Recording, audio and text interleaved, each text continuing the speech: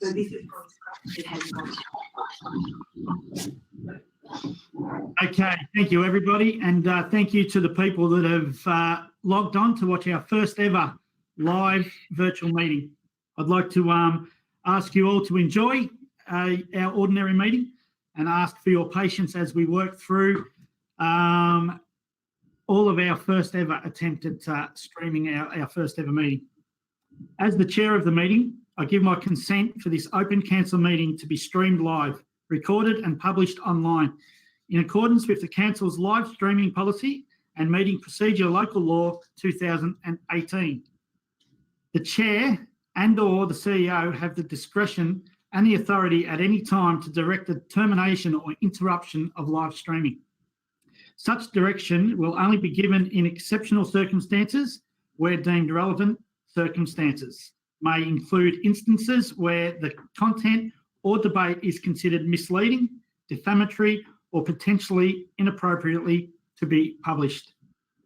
Attendees are advised that they may be subject to legal action if their actions result in inappropriate and or unacceptable behaviour and or comments. Thank you. So, virtual meeting statement.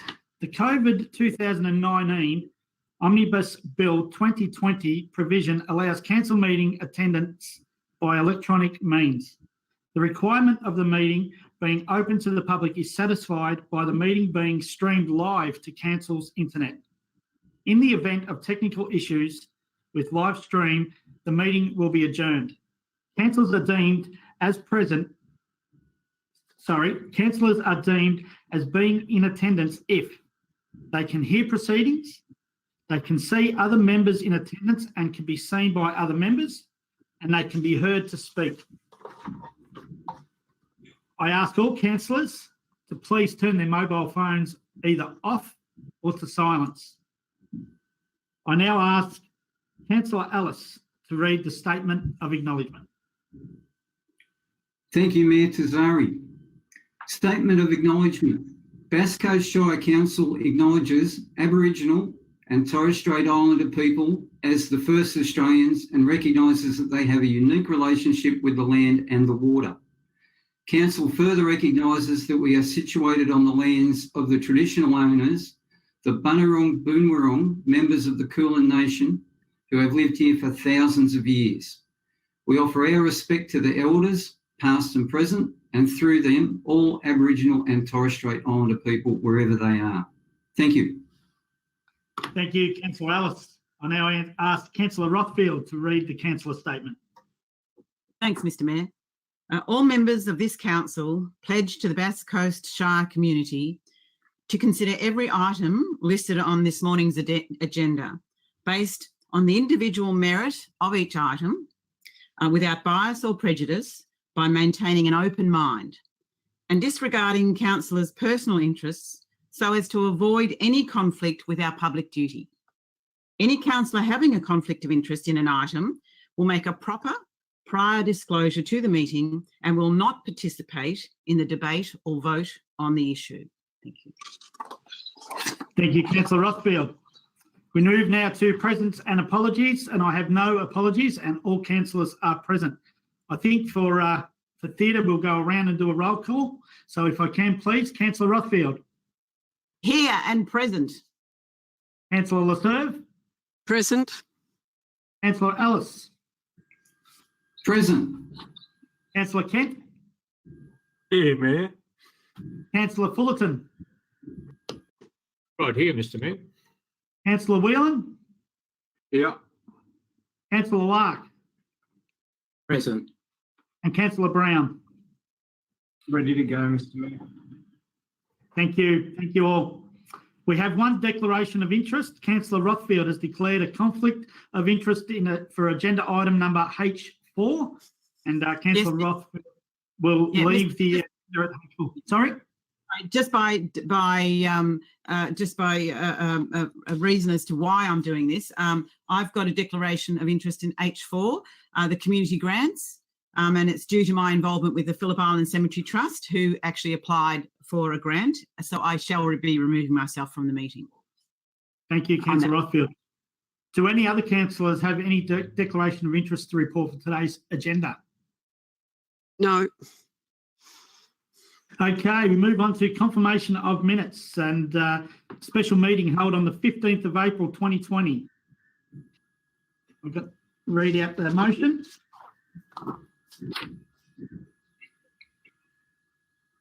And the minutes of the special meeting dealing with the Wonthaggi Cemetery Trust business and San Remo Cemetery Trust business held on the 15th of April 2020 be confirmed. Can I have somebody move and second that, please? Moved, Councillor Ellis. Seconded by Councillor Fullerton. All in favour, show of hands, please. Councillor Tassari, Rothfield, Laserve, Ellis, Kent, Fullerton, Whelan, Larke and Brown. Confirmed. And Rothfield. Should I not start there? Sorry, Councillor Rothfield. Item number C2, ordinary meeting held on the 15th of April 2020. The minutes of the ordinary meeting be held on the 15th of April 2020 be confirmed. Can I have somebody move and second that motion, please? Councillor Ellis moved and seconded by Councillor Fullerton. All in favour of? Councillor Tassari, Rothfield, Laserve, Ellis, Kent, Fullerton, Whelan, Larke and Brown. Confirmed. Move this now to public question time, and we have quite a few questions to be read out.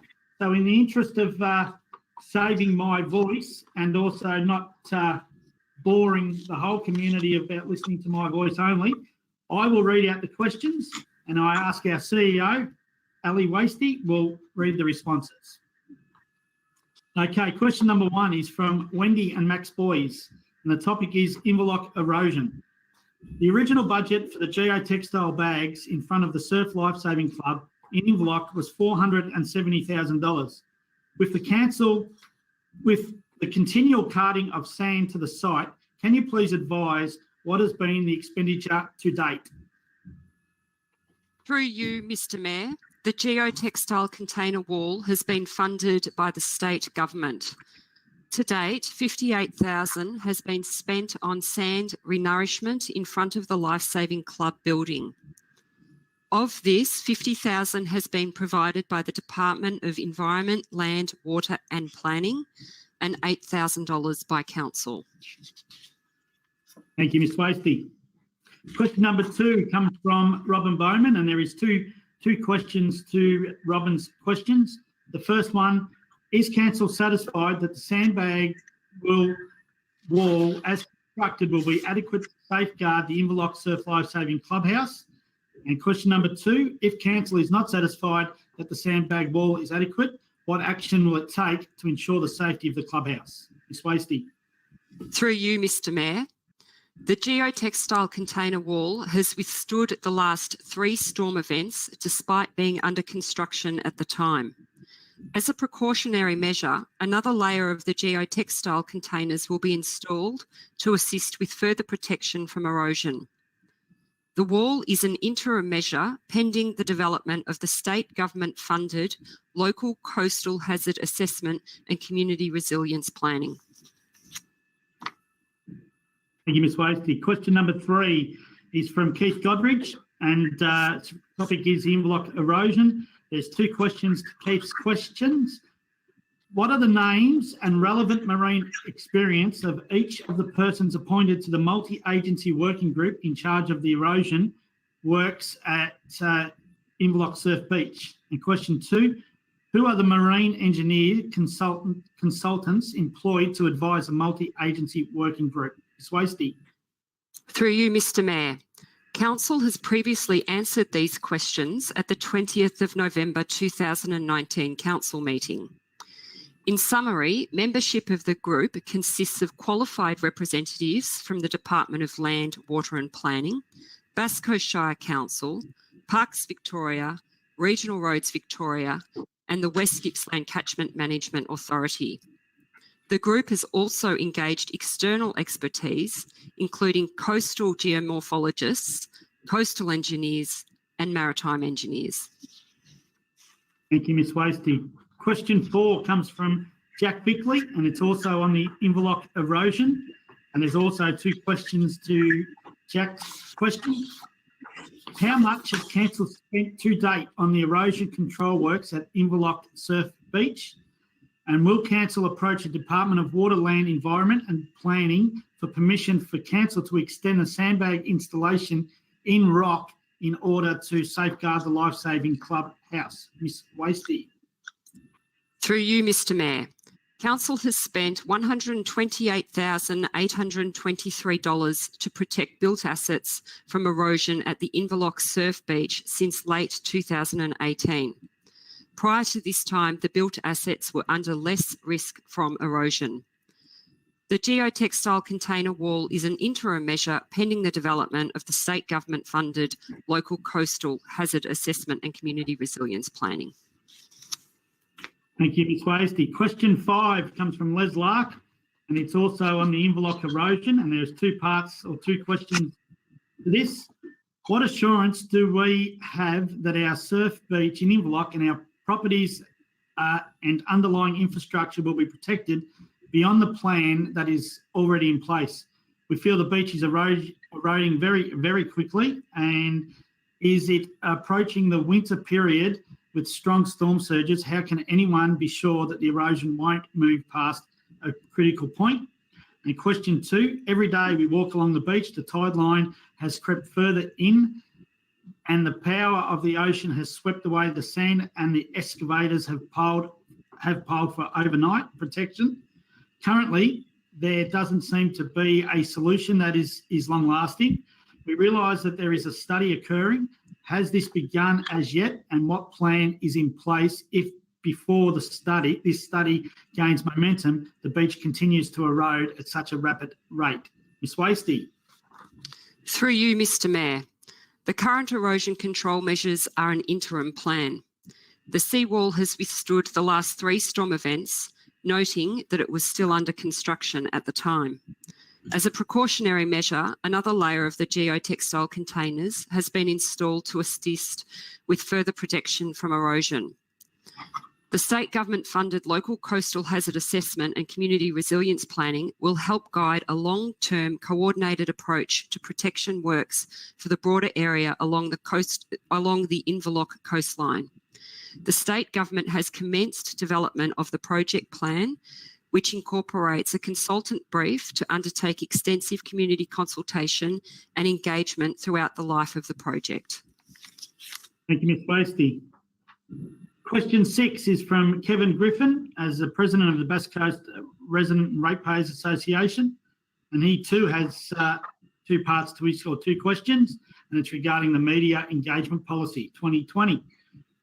The draft Bass Coast Shire Council Media Engagement Policy 2020, adopted by councillors in March, specifies the requirements that councillors are not contradicting official council decisions and/or organisational policies via a personal opinion to media.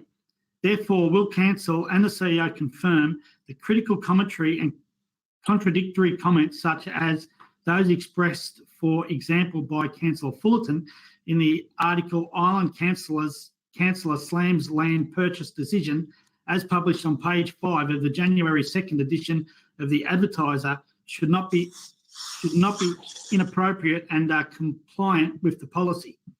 And question 2, does council agree with the advice received from Minter Allison that there is a basis for arguing that certain aspects of the media engagement policy and social media policy are problematic, and that the potential issue is that some terms are inherently subjective and is unclear what kinds of statement, for instance, might be seen as undermine the council? Ms Wasty. Through you, Mr Mayor. There was no adopted policy at the time the comments were made. Councillor Fullerton's comments would not have been in breach of the Media Engagement Policy 2020. The summary of advice from Minter Allison stated in their view that the terms of the policies are generally uncontentious. The Media Engagement Policy and Social Media Policy were again considered as part of the rescission motion at the April 2020 Council meeting. No amendments or changes were supported. Councillors and council officers are required to use their best judgment in the application and implementation of legislation and policy. Thank you, Ms Wasty. Question 7 from Sue Linley, and its topic is the Climate Action Plan Survey. How many responses were received to Council's Climate Action Plan Survey? Ms Wasty. Through you, Mr Mayor, the Climate Change Action Plan Community Survey received 534 responses. Thank you. Question 8 is also from Sue Linley, and its topic is audio downloads of council meetings. How many audio downloads were retrieved separately for both the March and the April ordinary meetings of council? Ms Wasty.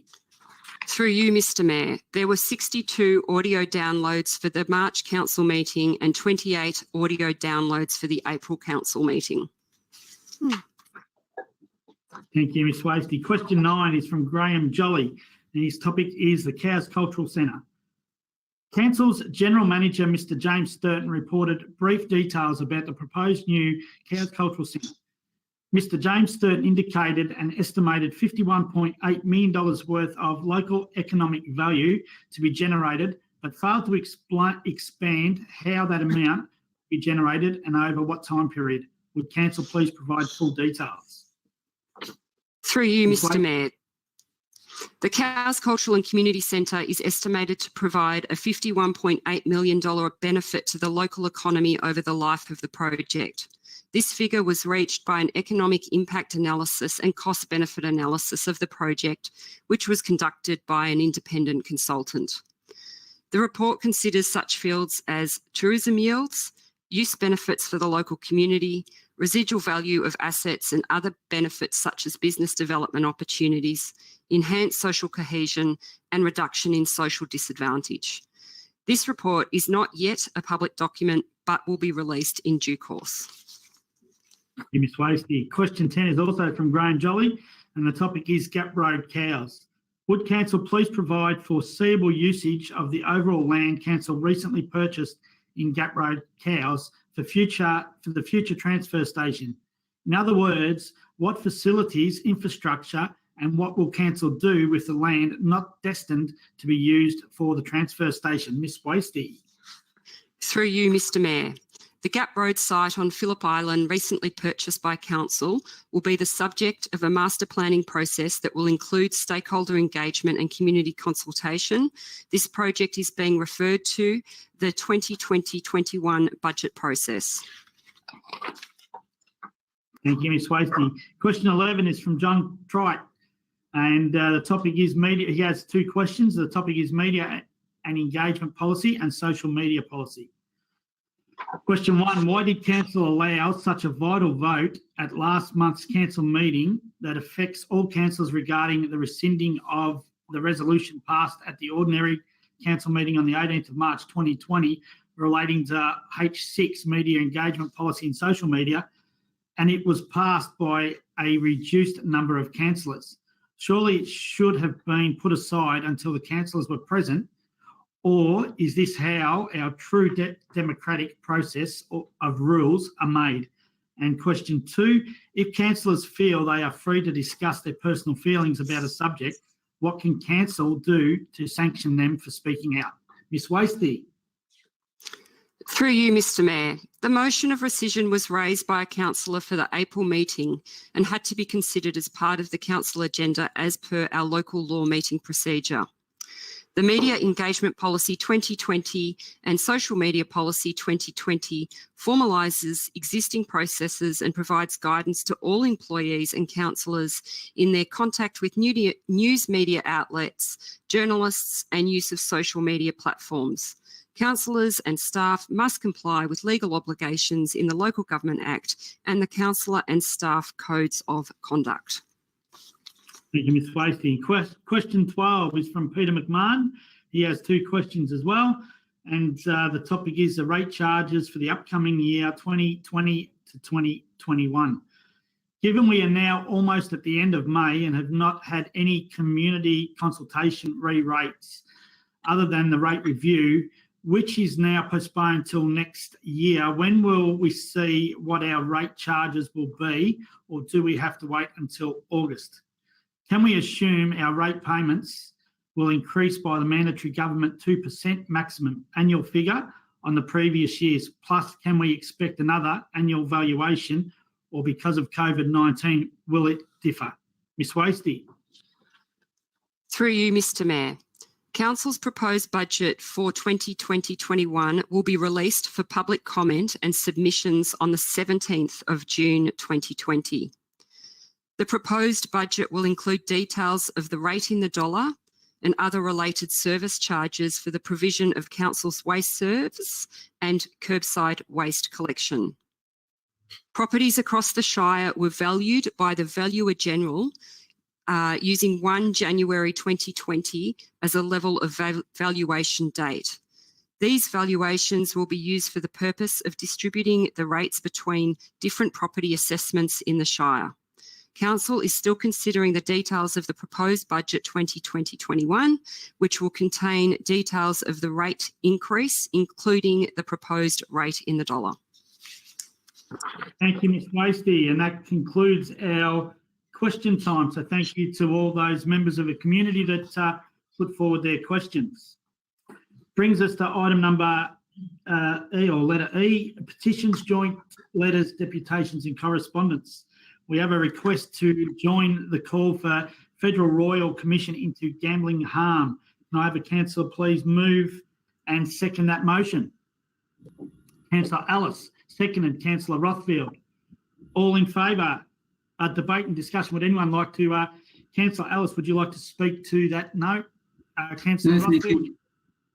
Yes, Mr Mayor, I'd just like to say that something we should be aware of, our Shire loses almost $18 million per annum through the electronic gaming machines. And I think it's a really important motion. It reaffirms actually what Council resolved in August of 2015, goes a little further with the call for a Royal Commission into the $24 billion industry.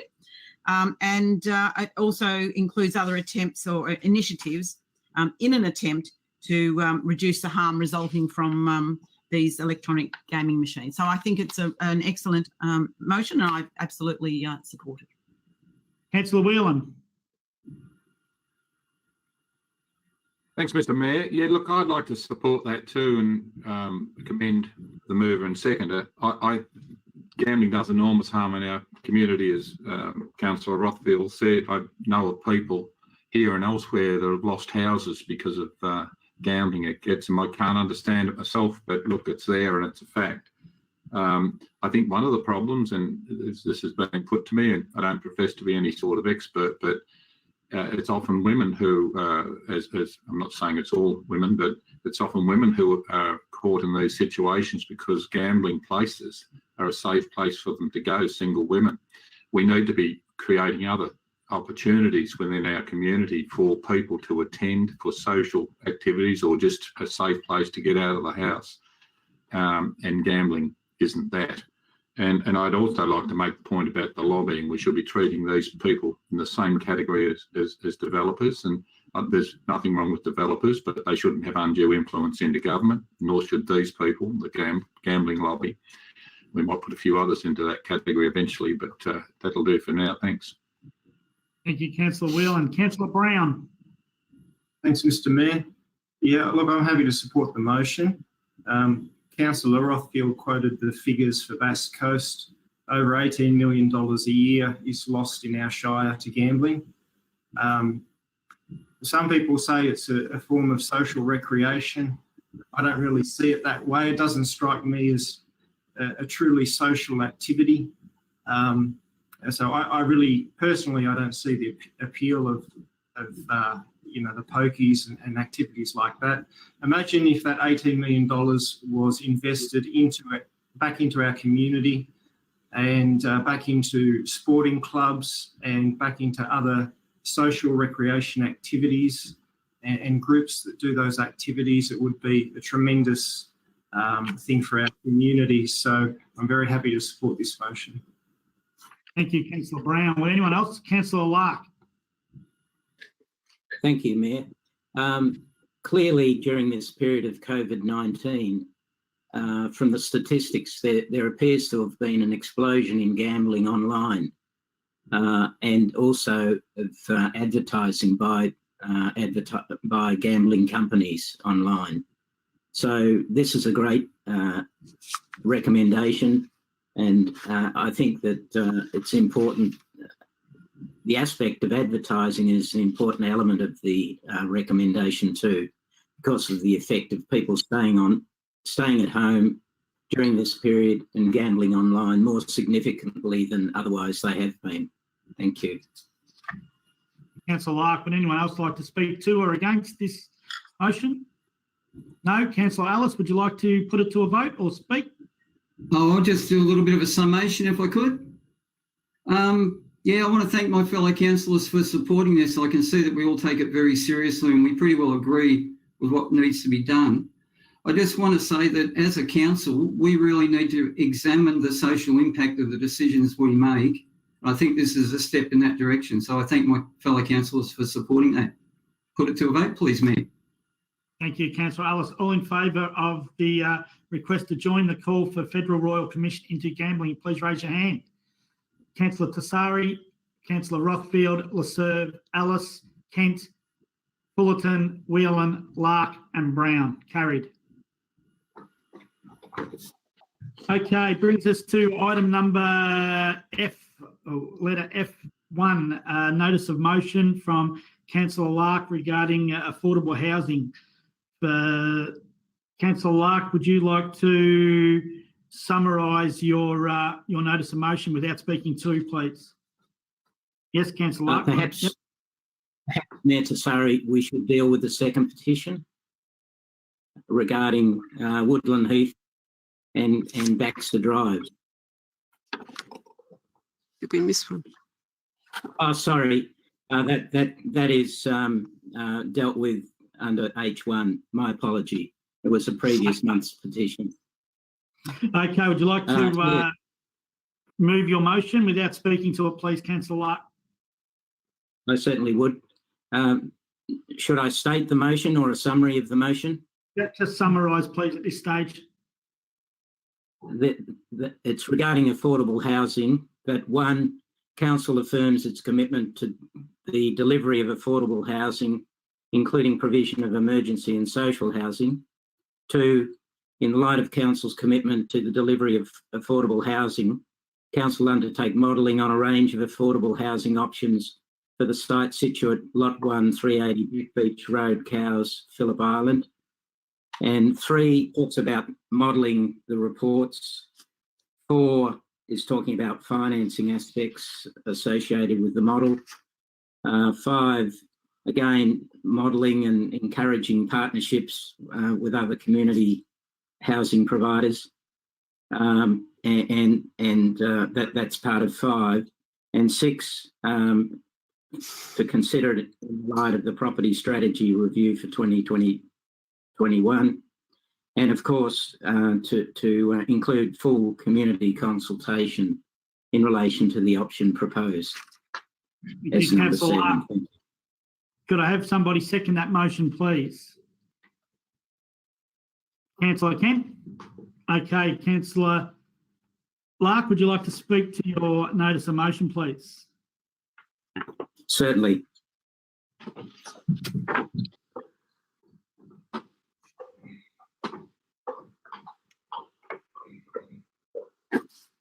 It's almost too good to be true. I've been pinching myself that this is not a dream, said Susie, the daughter carer for her frail and elderly mother, Serpa. This place is real. It's been offered to my mum and it's exactly what she needs. It's modern, beautiful and new. She's been through so much and this is just amazing. Serpa, who has serious health issues, is one of the many clients, including families, who benefit from the construction of affordable housing by the Salvation Army Housing Tasmania Group. The Salvation Army Housing Tasmania Group is a well-established community housing provider that has been active in southern Tasmania for over 20 years. The service was established in 1998 and is part of the National Salvation Army Housing Service. Projects of this nature change people's lives by providing affordable and stable housing, enabling them to engage with neighbours and the local community, seek employment or education, or enjoy retirement. These projects help create healthy communities. It also gets people off the street, and we want to do more of this into the future. Residents could come from low-income and disadvantaged households in the community who have been identified as being at risk of homelessness and safety, for example, and include families, people with disabilities, the elderly, and those on the job seeker allowance. Affordable and stable housing changes people's lives, enabling them to engage with neighbours and the local community, seek employment or education, or enjoy retirement. We can also help to significantly reduce rough sleeping in Bass Coast. I'll elaborate further, Mayor Tessari, in my summing up. Thank you, Councillor Larke. Councillor Kemp, would you like to speak to the notice of motion? I certainly would. I think it was great to hear from the state government this week where they have suggested that due to the crisis we're in, they're looking at putting finances into emergency housing construction. And I think that comment from the Premier just came along at the right time, that council should look strongly as hopping on board. We've got the land, and here's a state government suggesting that they're looking at a construction of emergency housing. The other one too is we've heard over a long period of time that DHHS has finances to lease these properties and to manage them also for emergency housing. And again, it's a strong opportunity where, again, another another government area is offering to take on housing. It hasn't got the budget to build, but it's certainly got the budget to lease and manage. And I think the figures should be put together. It might come out as a very financial viable situation. Thank you. Thank you, Councillor Kent. Councillor Rothfield. Thanks, Mr. Mayor. I know from a couple of years of being in your seat there as the Mayor, that one of our key advocacy strategies or policies or priorities was certainly for homelessness and has been for emergency housing. So there's no doubt about our commitment as a council to get something done in this shire for emergency and housing and homelessness. So there's not a question, and we all support that without doubt. I think the most important thing is that we have to not put the cart before the horse. And it seems to me that motion is actually looking at a particular area of land, which is actually in a farming zone. And it looks to me like it's jumping into relegating these people who require assistance in homelessness or emergency housing into a farming zone. Now, that just can't work. It's got to, if we're serious about supporting these people, they've got to be in an area that is in our urban area, and that they can access our various services and what have you. You can't put people in a farming zone. Not only that, there needs to be a planning scheme amendment, what have you. There's no public transport in this particular area. And I think that what we need to do is certainly support our policies or our advocacy priorities for homelessness and emergency housing. But we need to find the right place. And it should not be in any way thrown out into the back blocks. It doesn't belong there for people in a housing area. We've also got, we're in the middle of doing a distinctive area and landscape study, and we've got town boundary issues. This is out of the town boundary. This is like, you don't put people out there. This is how you form ghettos. You do not do this. Should be an urban development in an urban area, and we have to find the right location so that we're not, as I say, relegating these people to live in the back blocks. I'm not supporting this motion in this particular area. I'm certainly supporting housing for the homeless and for emergency. Thank you. Thank you, Councillor Rothfield. Councillor Whelan, Yeah, Mr Mayor, I'd like to move an amendment. an amendment? Yes. Yep. What would you like to? The What would you amendment like? picks up the substantive idea within Councillor Larke's motion, but makes it more general and indicates the work that Council is already doing in this area, consistent with what Councillor Rothfield has just said.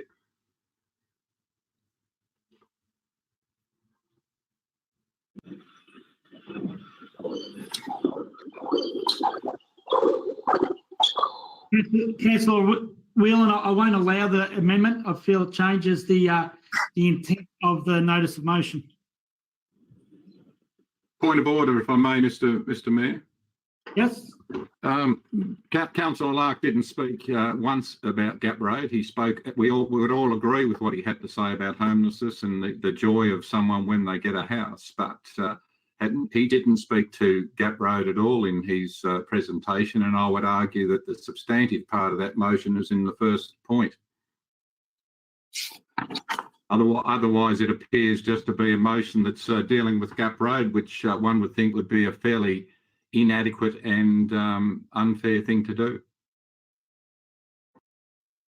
I advise that all councillors have got a copy of the motion, and I feel the amendment that you've put forward changes the intent of the original notice of motion. So I'll stick with my ruling. Okay, thank you, Mr Mayor. I'll foreshadow it as an alternative then. Thank you, Councillor Whelan. And if I may, I'll speak to the motion that's been put. Please.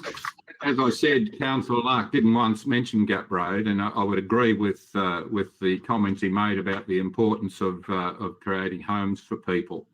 The mention by Councillor Kent of the state government's announcement yesterday was largely for existing housing and getting it back into the market to service people on low incomes.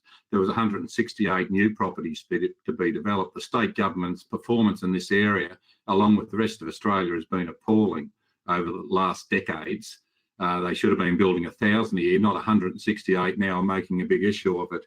This is farming zone. It's also the waste transfer station. It doesn't have public transport, as Councillor Rothfield said. This is a joke. Serious. I can't take it seriously that you would be considering putting people out there in that rural area. They need to be. These are people that are challenged in their incomes, but also often challenged socially. They need to be in the community. I know for a fact that our officers have done excellent work, both in trying to stop people going into homelessness, and that's mentioned in the amendment or the alternative put forward, but also they have been identifying vacant state government and council land with a view to moving forward with proposals. It's interesting that Councillor Larke would choose on Gap Road to propose this development when I know one of our more eminent councillors has already suggested that in fact we should be doing low income housing on the Wonthaggi High School site. I haven't heard him tout for that. Perhaps he should. Perhaps he should make more of the fact that I think there's been advice that we shouldn't put low income housing there. Why not? That's the middle of town. That's where people need to be. That's where they can access the services they need to access.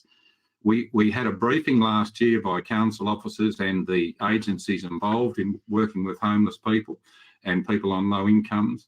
And from my recollection, Councillor Larke wasn't there. He may well have learnt something if he had been. Similarly, when we went to the City of Melbourne, we were briefed on what they're doing in homeless, and they have a massive problem there, as we know. State government has put those people during COVID-19 into hotels, and at the end, what do? Put them back on the streets.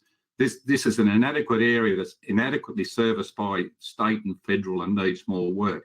I also noticed that Councillor Larke wasn't at that briefing when we're also briefed by Brendan Nottle from the Lighthouse Foundation, the Salvation Army. Very confronting, but very enlightening.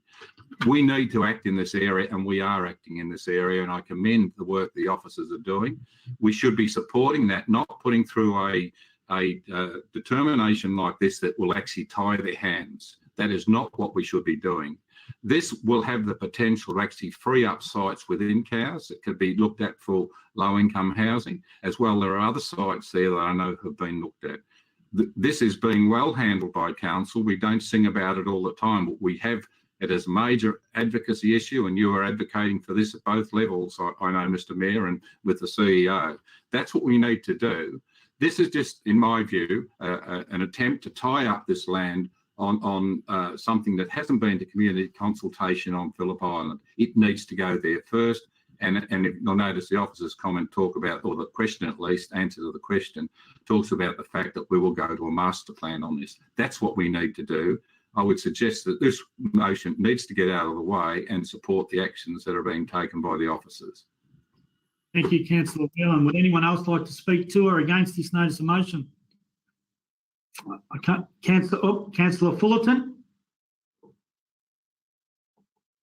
Thank you, Mayor. Look, the other Island Ward councillors, Councillor Rothfield and Councillor Whelan, have summed it up pretty well. Councillor Larke has demonstrated a total misunderstanding or failure to understand the actual land that he's talking about. For those unaware, the address is actually Back Beach Road, but it's the section of Gap Road right behind the opposite the Wimbledon Heights estate. Most of the land is a salt pan. There's just no adequate area. Transport, as Councillor Rothfield and Whelan said, transport's not available. It's beyond the town boundary. It's at least a half-hour walk into Cowes and probably longer on the way back out up the hill.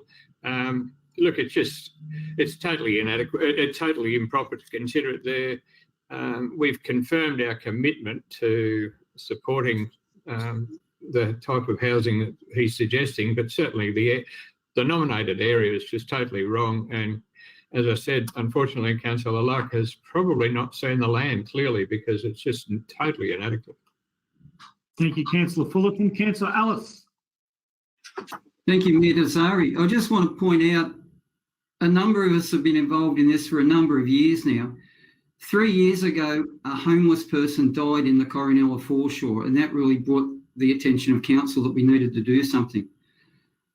The other day, there was a report that the Wonthaggi Showground grandstand was burning down. When people went out to investigate, it was a homeless person who was trying to keep warm. I went over there the next day to try and talk to him with the shadow of what happened in Coronella on me, and he wasn't there. He'd moved on. I can only hope that he found like a safe place to live and that people looked after him, which I know there are many people looking after people. I just want to point out the Unemployed Workers Union has been doing a lot of work in this area, and Michelle Isles in particular has been championing a few things, and they're talking about maybe having something in Wonthaggi which is within walking distance. That's the important thing. You need to be near services. If you haven't got a car and you haven't got much money, you need to be near a library where people can look after you too. I just want to point out, I'm aware that the council is doing a power of work in relation to looking for possible sites across the whole Shire. We're looking at vacant Crown land. The state government's talking with us about what's going to go on, and I look forward to that work being progressed. Thank you. Thank you, Councillor Ellis. Would anyone else like to speak to or against this motion? No. Councillor Larke, would you like to sum up? Thank you. The project option, and I stress option, envisages that we will have a significant impact on people who have experienced homelessness or at risk of homelessness in the Bass Coast. I have tentatively named the project option study, situate Lot 1, 380 Gap Road, Cowes, as the GAP. This could be Victoria's first truly sustainable, regional, affordable residential project. For example, our community, complete with community facilities, parks, kilometres of walking tracks, an NBN with optic fibre to every home. The GAP could have everything you need in a well-planned modern community. Space, dedicated to open space where walking and cycling tracks meander past native vegetation, parks and barbecue areas. Energy efficient design homes with highly efficient lights and appliances. Precious water, the use of rainwater to increase the availability of clean, fresh water in the community, in addition to mains water redirected to collection ponds and filtered back through vegetation into groundwater and natural wetlands. Clean energy, solar energy powered by the sun. The community will be capable of creating an annual surplus of clean energy. Food gardens. As a resident, the opportunity to grow your own produce in a specially designed gardens.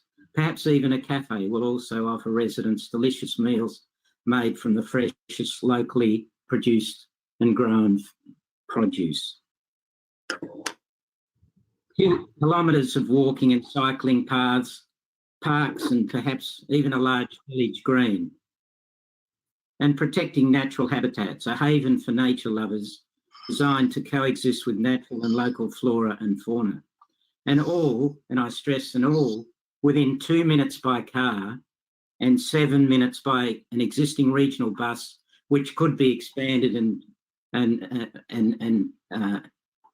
also community buses could be brought in and so forth. 30 minutes walk, also great possibility of linking up with bike tracks into town. So all within 2 minutes by car and 7 minutes by bus to the Cows Cultural and Community Centre and Transport Hub. It's not in the back blocks, it just requires a bit of vision. After all, this proposal is an option only, and I highly recommend we show leadership and see where it leads for the benefit of disadvantaged people within our community. Importantly, availability of land is the key, and we have 40 hectares of surplus land available. My question is, do we have the vision and will to create a benchmark for sustainable and affordable living and bring together partners to create a modern and transformative community? An opportunity for a major project in the COVID-19 and post-COVID-19 eras. If you favour affordable housing, that is one with the environment, then vote in favour of this recommendation to explore the GAP proposal as an option for this vacant and surplus council land. Thank you. Thank you, Councillor Larke. We'll now put it to a vote. All in favour of the notice of motion as it reads. Please raise your hands. Councillor Kent, Councillor Larke. Against? Councillor Tassari, Rothfield, Laserve, Ellis, Fullerton, Whelan and Brown. The notice of motion is lost. We now go back to Councillor Whelan. Would you like to summarise your alternative, please? Alternate. Thanks, Mr. Mayor. Yes, it's Council has already identified blocks and have written to the state government to have them released for projects that we can do in low affordable housing. If I can, please, just if you could summarise your alternate rather than speaking to it. Oh, my apologies. Yes. Basically, it's really just to affirm the work that we're doing. We're doing excellent work. I pick up the first, which I consider the substantive part of Councillor Larke's resolution in the first part. Thank you. Can I have somebody second Councillor Whelan's alternate motion, please? If someone could set Councillor Fullerton. Okay, Councillor Whelan, you may now speak to your alternate notice of motion. Thank you, Mr. Mayor. Look, I commend the work the officers are doing. They organised the meeting I was talking about, well, I think they did, organised the meeting that occurred with the other agencies in Wonthaggi at the start of last year. They also organised us catching up with the City of Melbourne and really getting into the hotspot there to see, you know, what this crisis really looks like. And I defer to my colleague, Councillor Ellis, in terms of his understanding of the local situation. And I do hear what he has to say, and it concerns me. And we, I think, as a group, have all made it very clear to the CEO, not that we needed to, because she's very much across this issue anyway, and certainly has helped my education in that regard. I just think the work we're doing and the people we've got on it are good people. They work with the others that are, you know, very close to this issue in Bass Coast. We need to empower them, not direct them. It's consistent with the way things are going with the new Local Government Act. It's about saying enabling actions rather than being very specific about how we go about things. Sure, we want to be part of that dialogue and part of that discussion, but to actually get in there and tell them how to do this. Once you get into a project, you often do change direction because your research takes you there. Now, they should have that flexibility. I have the confidence in them, and I urge councillors to also support that those initiatives rather that they're taking. Thank you, Councillor Whelan. Councillor Fullerton. Yeah, look, I support that. As we said before, we have a confirmed commitment to providing the type of housing that we're discussing, and we just need the right location. And as we said before, the Gap Road is just not the right location, and I'm sure we can find a suitable area where we can have the community gardens and bike paths weaving through, and housing that's environmentally aware and whatever else that Councillor Larke was mentioning before. But we need to get real about it and just find the right location. Thank you, Councillor Fullerton. Councillor Rothfield. Yes, thanks, Mr Mayor. I agree with what's been said before me. The absolute urgency is to get the governments behind us working on this and to identify the suitable land as per Councillor Whelan's motion. This emotive nonsense about flowery descriptions of walking trails and butterflies or whatever was involved in that previous discussion is not what we should be looking at. Reality. These people don't have cars. You can't drive 2 minutes, which is nonsense anyway. They will need to be in the middle of town near services. Absolutely important. Thank you. Thank you, Councillor Rothfield. Councillor Larke. I'd like to move an amendment to Councillor Whelan's motion. Certainly. What would you like to? Number 2 to be listed as 2(a). So that remains the same. Yep. And insertion of 2(b) to read as follows. Council also identifies suitable surplus council land, including Lot 1, 380 Gap Road, Cowes, Phillip Island, for the purpose of releasing the land to increase supply of affordable housing in the municipality.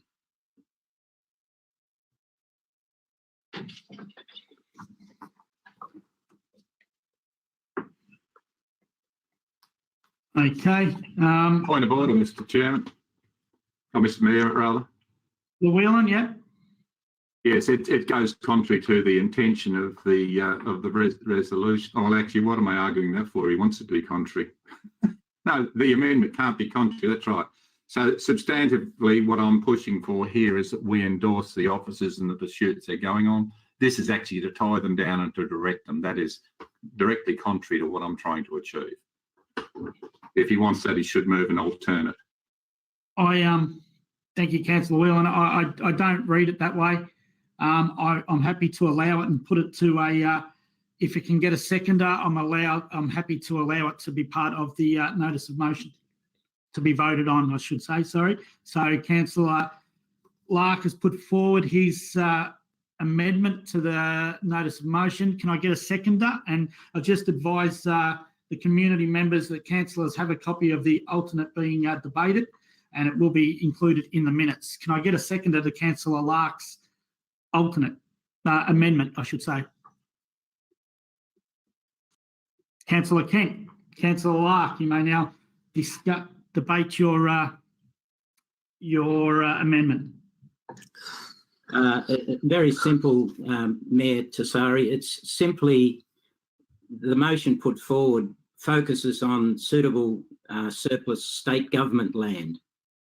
But I think that council has an opportunity and an obligation to identify suitable surplus council land in this process. So that's why the amendment, and the amendment shouldn't exclude the Cowes land. Thank you, Councillor Larke. Councillor Kent. Yes, in regards to this, I'm hearing the other councillors, but in the past I've seen where we've shut the door on certain decisions. I've purely seconded this to keep the option there for our council officers to look at. Nothing more than that. Would anyone else like to speak to? Thank you, Councillor Kent. Would anyone else like to speak to Councillor Rothfield? Yeah, thanks, Mr. Mayor. I didn't actually get all the wording for that amendment, but I get the gist of it, that the only land that Councillor Larke's proposing is that particular land in the farmland next to the actual new transfer station. I'm guessing. So we're not including Wonthaggi or anything like that, or we're only nominating that extra land? Is that just clarify? You're chasing clarification from Councillor Larke? Yes, the wording is including. But why? Doesn't preclude any other council land whatsoever. I just don't understand why it's got to actually include a particular block. Anyway, I'm baffled at that. Thank you. Okay, would anyone else like to speak to or against Councillor Whelan? Yes, I think Councillor Larke has misread the resolution that I put forward. Point 2 that he raises actually says council has identified suitable surplus land. It doesn't say it's only looking at suitable council land at all. It has identified those and has written to the Director for Housing to inquire about releasing that land to increase the supply of affordable housing in the municipality. It's not mutually exclusive. He's misread it. And to actually, as Councillor Rothfield said, just to target down on Gap Road, which was patently inadequate site anyway for this sort of thing, and not to be looking at the high school site in Wonthaggi, why would one do that? I mean, that's quite absurd. Very selective. Why pick on something that's outside of your ward, Councillor Larke? Perhaps you should be looking within your own ward as well, which is where most of the people tend to head towards anyway. They go towards the regional centres. Councillor Lasserve. Thank you, Mr. Mayor.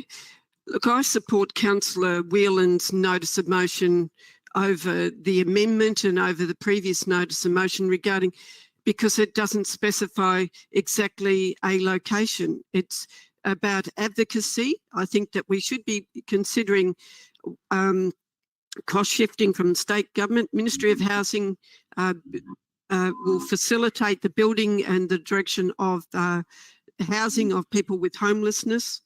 We've all identified that it's a critical factor in Bass Coast and something that we need to continue our advocacy work on. But I can't understand why Councillor Larke wants to keep pushing. This should be out in a farm zone, out next to the new established transfer station / tip at Phillip Island. I think it just complicates the alternative motion that Councillor Whelan has put forward. Thank you, Councillor Brown. Thanks, Mr. Mayor. Look, I'm happy to support Councillor Whelan's motion, largely because it deals with the issue of housing affordability on a Shire-wide basis. I think that's a decent way to go. I'm happy to support. Just one piece of information in relation to transfer stations. In Inverloch, we've got people living very close to the transfer station, and it is possible. It is possible for people to live close to the transfer station, and that's not an automatic disqualification. So I just thought I'd throw that in the mix, but nevertheless, I'm going to support Councillor Whelan's motion. Thank you, Councillor Brown. Councillor Fullerton, did you have your hand up? Yes, I did. Look, I think we're just going round and round in circles. Councillor Larke determined to get the Gap Road site identified. But look, Councillor Larke, you're welcome to come over to the island. I'll take you for a walk out there, but just bring some four-wheel drive gumboots because you'll need them. We'll have a look at the site. Thank you, Councillor Fullerton. Would anyone else like to speak to or against the amendment? Councillor Ellis. Thank you, Mayor Tazari. It's an interesting debate. I think we need to get on with actually doing something. I know there are at least 26 homeless people in Grantville. I don't know, I can't tell you how I know that, but I know that for a fact. Last year, there was a veteran living in the Cape Patterson foreshore who eventually found a home. We need affordable housing as soon as possible, and I think our council is doing a power of work to bring that along, working with the state government identifying land. And I just want to say, speaking as someone who deals with the Unemployed Workers Union, etc., that homeless people have a right to decide where they're going to call home.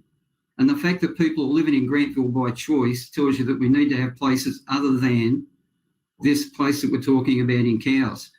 You need to make sure that it's a walkable distance to services. And I think the work that the council's doing to identify land in Wonthaggi and other areas is an appropriate way to go. We really need to provide homeless people with the right to choose where they're going to call home. And Councillor Whelan's motion makes that possible. Thank you. Thank you, Councillor Ellis. Councillor Larke, would you like to sum up your amendment before we put it to a vote? I'm happy to amend the amendment by excluding. We've debated this amendment for starters. We'll put this to a vote. I think under process you can amend an amendment. No. We need to vote on the current amendment in front of us first, Councillor Larke. Okay. Can I have a point of clarification, Mr Mayor? Does that mean that we're voting to include Councillor Larke's into Councillor Whelan's notice of motion, and then Correct. Councillor Whelan can put his notice of motion? Yeah. Okay, thank you. Councillor Larke, would you like to sum up? Councillor Kent, you have a point of clarification? Please. Can I just, is it possible for me to ask that, is Councillor Larke, is he going to jump in and put another amendment in? I don't know whether I can ask that or not, but it sounds like... We're debating and about to vote on the current amendment to Councillor Whelan's notice of motion. Councillor Larke, would you like to summarise before we put it to a vote? Put it to a vote, thank you. And I will flag that I will log a further amendment. We'll put it to a vote as the amendment reads, to amend Councillor Whelan's notice of motion. All in favour of the amendment? No. Of the amendment, sorry. Thank you. So Councillor Larke, and against? Councillor Tassari, Rothfield, Laserve. Sorry to hold the process up, but can I just ask, are we voting on the amendment or are we voting on Councillor Whelan's alternate? We are voting on the amendment to the notice of motion. So not the notice of motion. To allow Councillor the Whelan's notice of motion. So this is the amendment. Correct. Okay, thank you. Vote against, we've got Councillor Larke for the amendment, and against the amendment is Councillor Tassari, Rothfield, Laserve, Ellis, Kent, Fullerton, Whelan and Brown. Lost. So we now fall back to Councillor Whelan's notice of motion. Original notice of motion. Mayor Tassari, I do have a changed amendment to put forward. Please, can you read that out? Yes, it excludes the wording that seems to be of concern, and it simply reads 2A as is, and 2B will read, Council also identify surplus council land for the purpose of releasing the land to increase supply of affordable housing in the municipality. The words including Lot 1, 380 Gap Road, Cowes, Phillip Island has been deleted from the further amendment. I'm going to ask to pause this meeting for 5 minutes while I seek clarification. So if we could all just stay still and silent for a second while I seek clarification.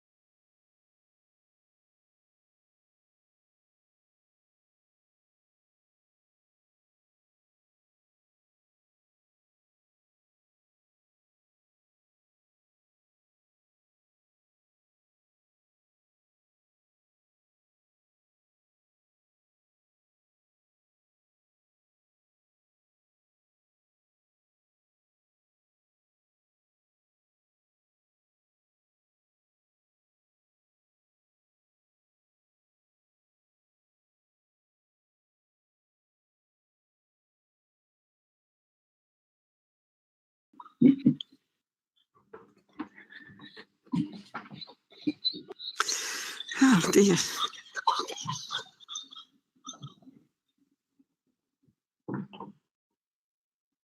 Okay, we're back. Thank you for that, and thank you for staying put, Councillor Larke. I will allow your second amendment.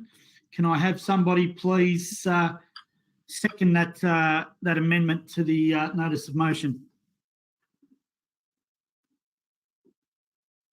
No. No. So the second amendment lapses. So back to the original notice of motion by Councillor Whelan. I'll just regain where I'm at. So Councillor Whelan's original notice of motion has been spoken to by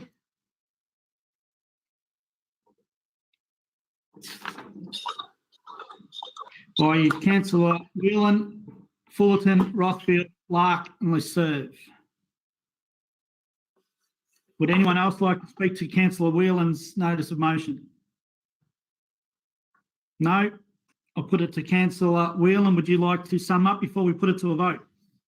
I'm happy for the vote, please. Thank you, Councillor. All in favour of Councillor Whelan's notice of motion as it reads, please raise your hands. Councillor Tassari, Rothfield, Leserve, Ellis, Kent, Fullerton, Whelan, Larke, Brown. Carried. Thank you. Thank you, everybody, for your patience while I work my way through that as well. So thank you very much. Now I'll find where I'm up to. Brings us to item number F2, the Holden Proving Grounds. Councillor Leserve, would you like to summarise your notice of motion without speaking to it, please? Yes, thank you, Mr. Mayor. The notice of motion is in three parts. It's right to the state government requesting that they purchase the Holden Proving Grounds site at Lang Lang, which is currently owned by General Motors, for the preservation and recognition of the site's environmental, cultural and coastal habitat values. There's, yeah, okay, I'll wait for the seconder. Can I have somebody second that motion, please? Councillor Fulton, Councillor Leserve, you may speak to your notice of motion. Good, thank you, Mr. Mayor. The second part of this notice of motion is right to the Minister for Planning recommending the significance of the site to be recognised and projected within the state statement of planning policy currently being prepared as a part of the distinctive area and landscape project, and to work in partnership with relevant stakeholder groups towards the preservation of this site, including the current and future owners of the site, Parks Vic and Bass Coast Land Care and the community.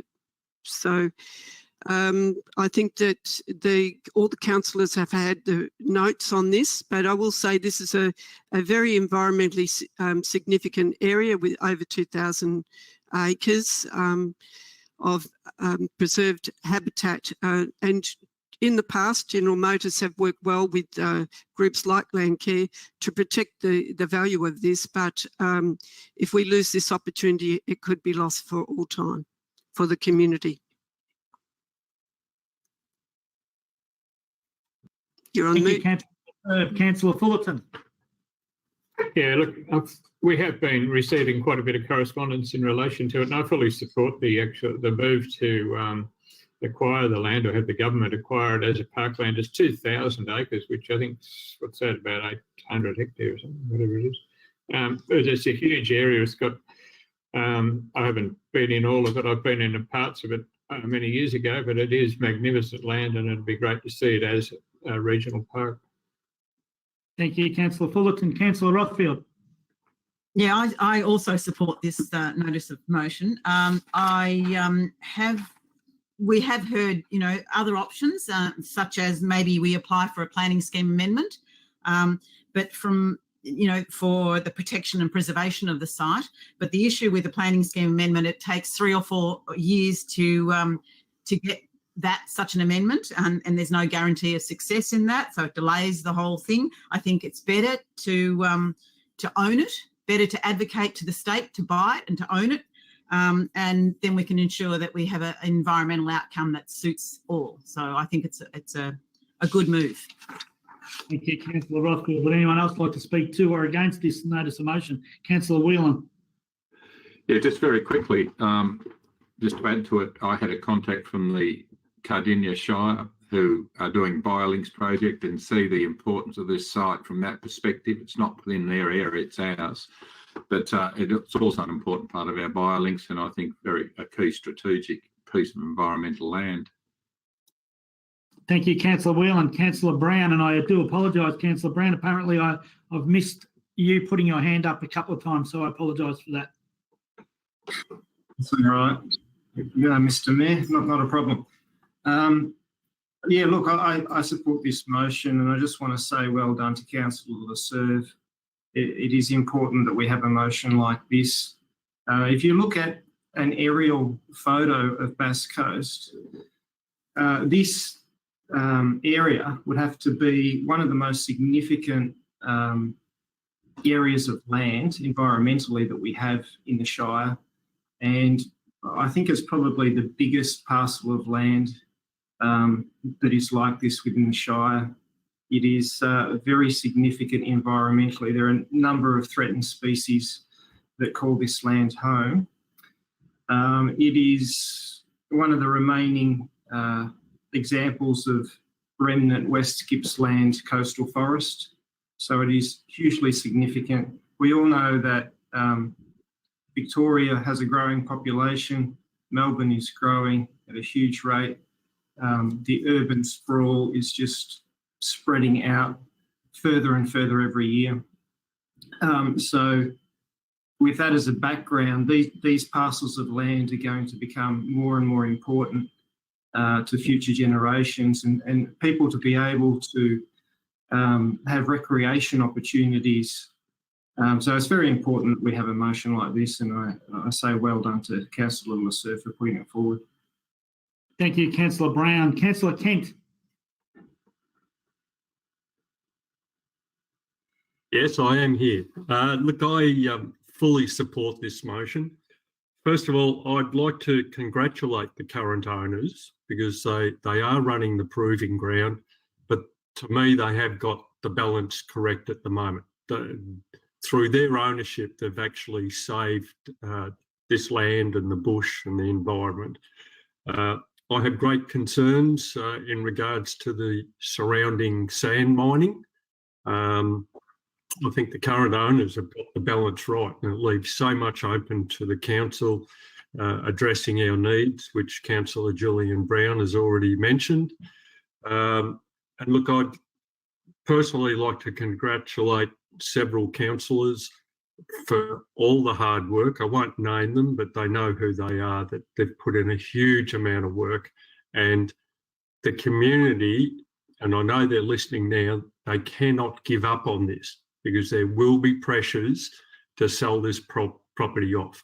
And we need to keep that pressure up on the state government. Thank you, Councillor Kent. Councillor Larke.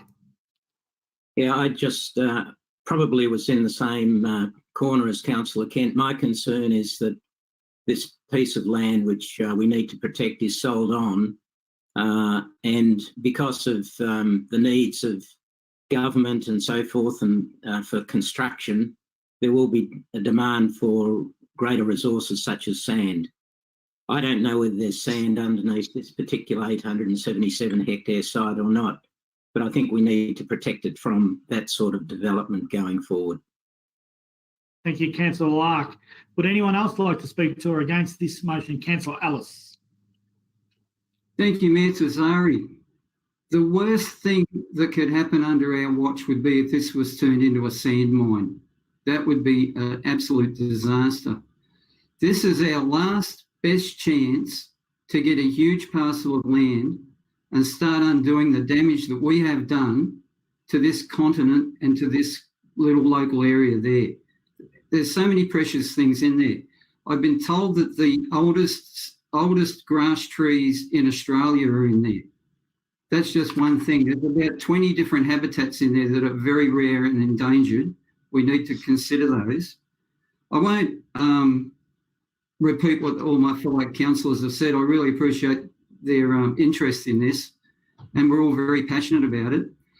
I'd just like to look at one point that hasn't been raised so far, and that's the traditional owners and the Bunurong Land Council. I believe there's some significant pieces of heritage within there that need to be protected, and I call on the state government to work with the Land Council and our local traditional owners to make sure that the cultural heritage that's in that area needs to be protected and built upon. I look forward to visiting it one day when there aren't 100 cars zooming around that track, and we can look at the little critters and the scrappy little trees and that are growing there. I look forward to going to the opening. Thank you. Thank you, Councillor. Alice, Councillor Lasserve, would you like to summarise or put it to a vote? Yeah, I'll just make a few comments. Firstly, I'd like to acknowledge all councillors' comments, and also, that acknowledge that the General Motors or the owners of the land, it is private land, and it's on, I believe it's on the market to be sold. I want to make sure that we go back to write to the state government and request that they purchase the Holden Proving Ground site. It is a very significant site in Bass Coast, and it has some incredible environmental values for Bass Coast. But also want to thank the community members, and there are many, and also Councillor Ellis for his work on this project as well.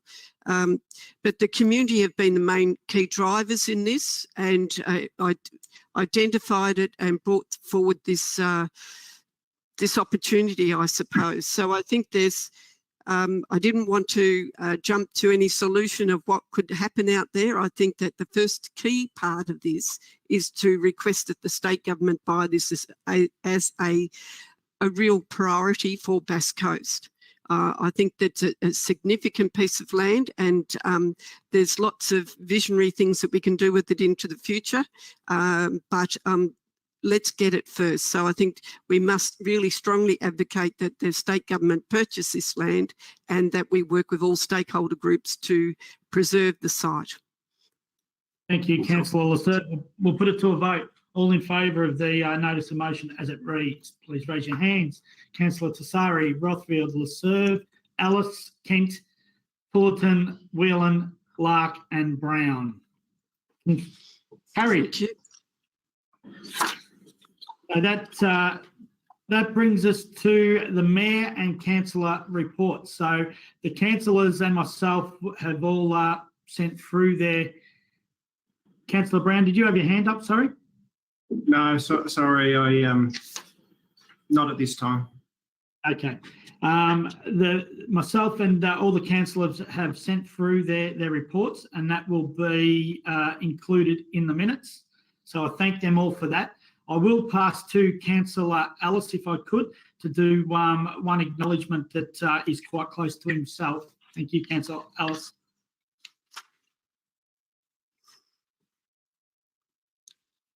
Thank you, Mayor Tassari. I got a bit carried away with the significance of what we just did. That's a once-in-a-generation chance that we've taken. Yep. I'd just like to acknowledge the passing of Robert Smith. Robert Smith sadly passed away late last month. Mr. Smith was a cultural and art historian, collector and researcher who had a love for literature and worked as an advisor to the major international reference authority on artists. During his career, Mr. Smith held appointments at the Western Australian Art Museum and the Queensland Art Gallery in Brisbane. He is also credited with establishing the first art studies course at the Flinders University in South Australia. In 2017, Mr. Smith's extensive collection of almost 600 artworks and over 5,000 art and literature books, magazines and periodicals was generally gifted by him to Council and the Bass Coast community. Known as the Robert Smith Collection, a planned exhibition featuring some of these works will go ahead as soon as our current restrictions allow. Rivalled only by the National Gallery of Australia, Bass Coast is now home to one of the largest collections of works by prolific Australian artist Noel Counihan His lino cuts from the Miners series depict the life of Wonthaggi coal miners, making this significant collection very relevant to our local community.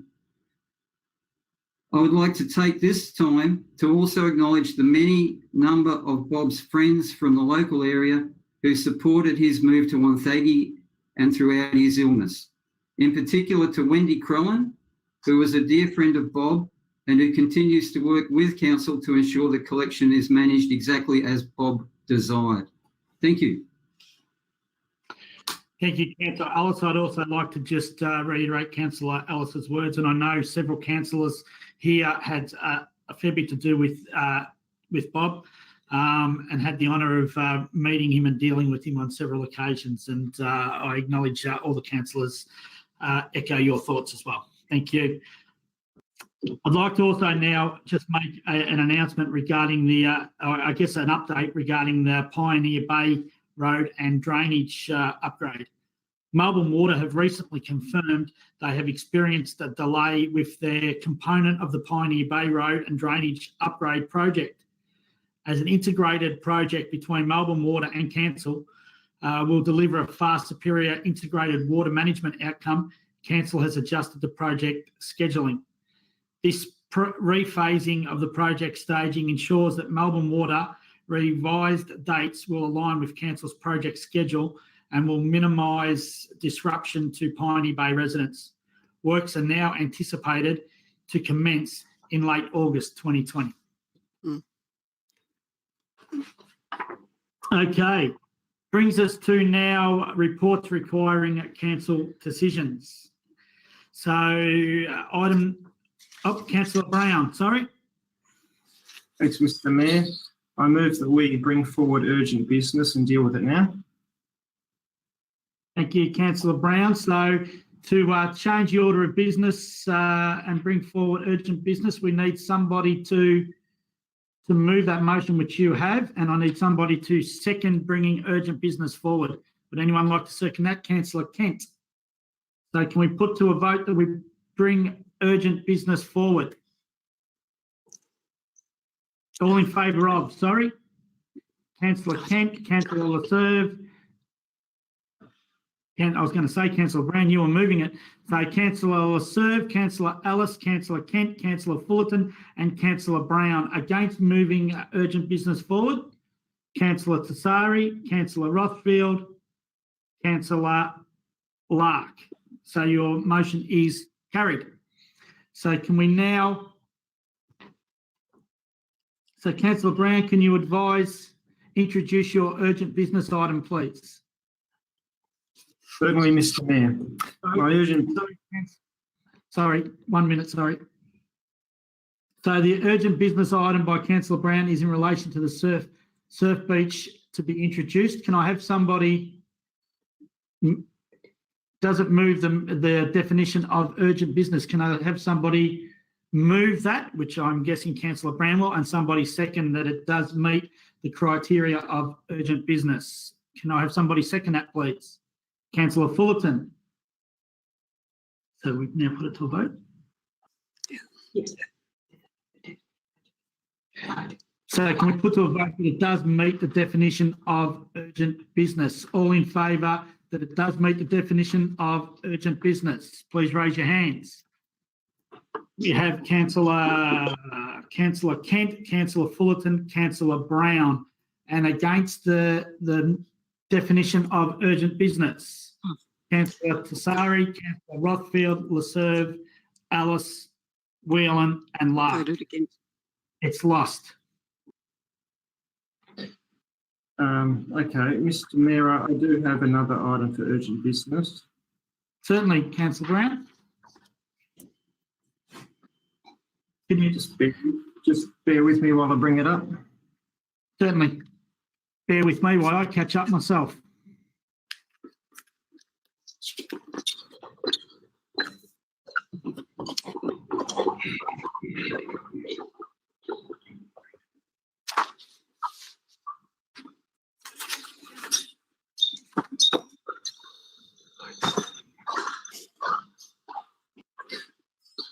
Okay, So Councillor Brown, we need to get a second, a mover and a second, and vote on whether your second urgent business, which the councillors do have a copy of, whether it's classified as urgent business as well. So can I have somebody? Mr. Mayor, Yes, Councillor Whelan.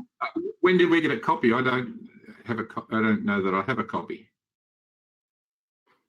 Mr. Okay. Mitchell, I read it out. So Councillor Brown, if I can Yeah, ask you to read out your second urgent business without speaking to it, please.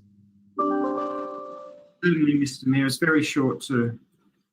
The motion is for the Inverloch Surf Beach, and it reads that council write to the state government urging they finalise the regional and strategic partnership, RASP, and the local coastal hazard assessment within 3 months. Thank you, Councillor Brown. Can I have somebody second that motion, please? Councillor Fullerton. So we put it to a vote that this is classified as an item of urgent business. All in favour of, please raise your hands. Oh, I suppose Councillor Rothfield, Councillor Laserve, Councillor Ellis, Councillor Kent, Councillor Fullerton, Councillor Whelan, Councillor Larke, Councillor Brown. And against? And abstain. Councillor Tassari. Carried. So now I ask Councillor Brown to introduce, please, your notice of motion, your urgent business. Thanks, Mr. Mayor. So I'll speak to the motion. Yes, please. So, Hang on, Mr. Brown, before you speak to it, I need to get it seconded. Sorry. So, well, Councillor Brown's already read out his motion. Can I get someone to second the urgent business? Councillor Fullerton. Now, please go ahead, Councillor Brown. thank you. So, in response to foreshore erosion on the Inverloch Surf Beach, the state government has decided to commission a regional and strategic partnership, otherwise known as the RASP, and also a local coastal hazard assessment as part of their response.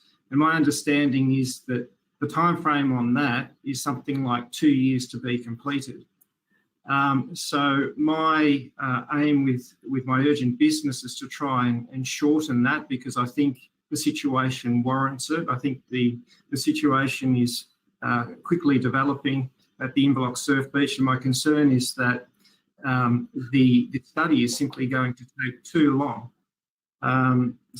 So that is my aim. I can't see why such a study would take 2 years to do. I don't understand that. Ideally, with projects, you have community consultation.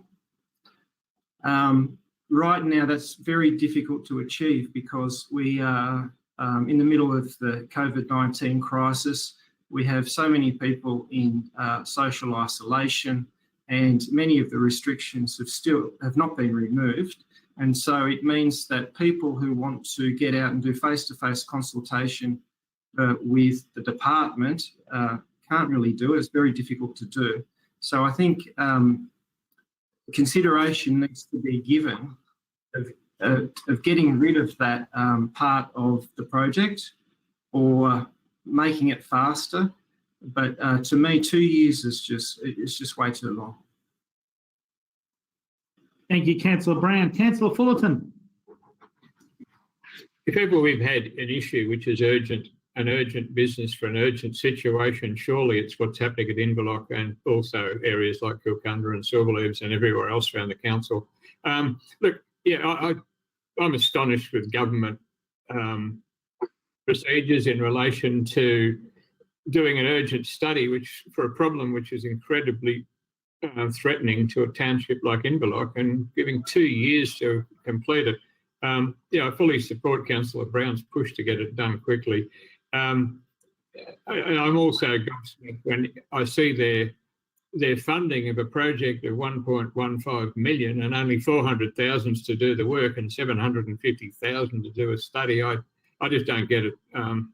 We've got coastal experts there which know what we should be doing, who know what we should be doing, and they're the people that should be doing this.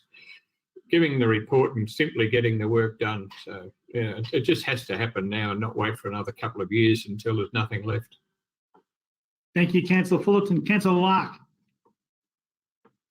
Thank you. I understand the short term regarding the Surf Lifesaving Club and the geotextile solution. Whether or not that's ultimately successful, time will tell. And I understand the work that's being done at the Bunurong Road intersection with Surf Parade by Regional Roads Victoria.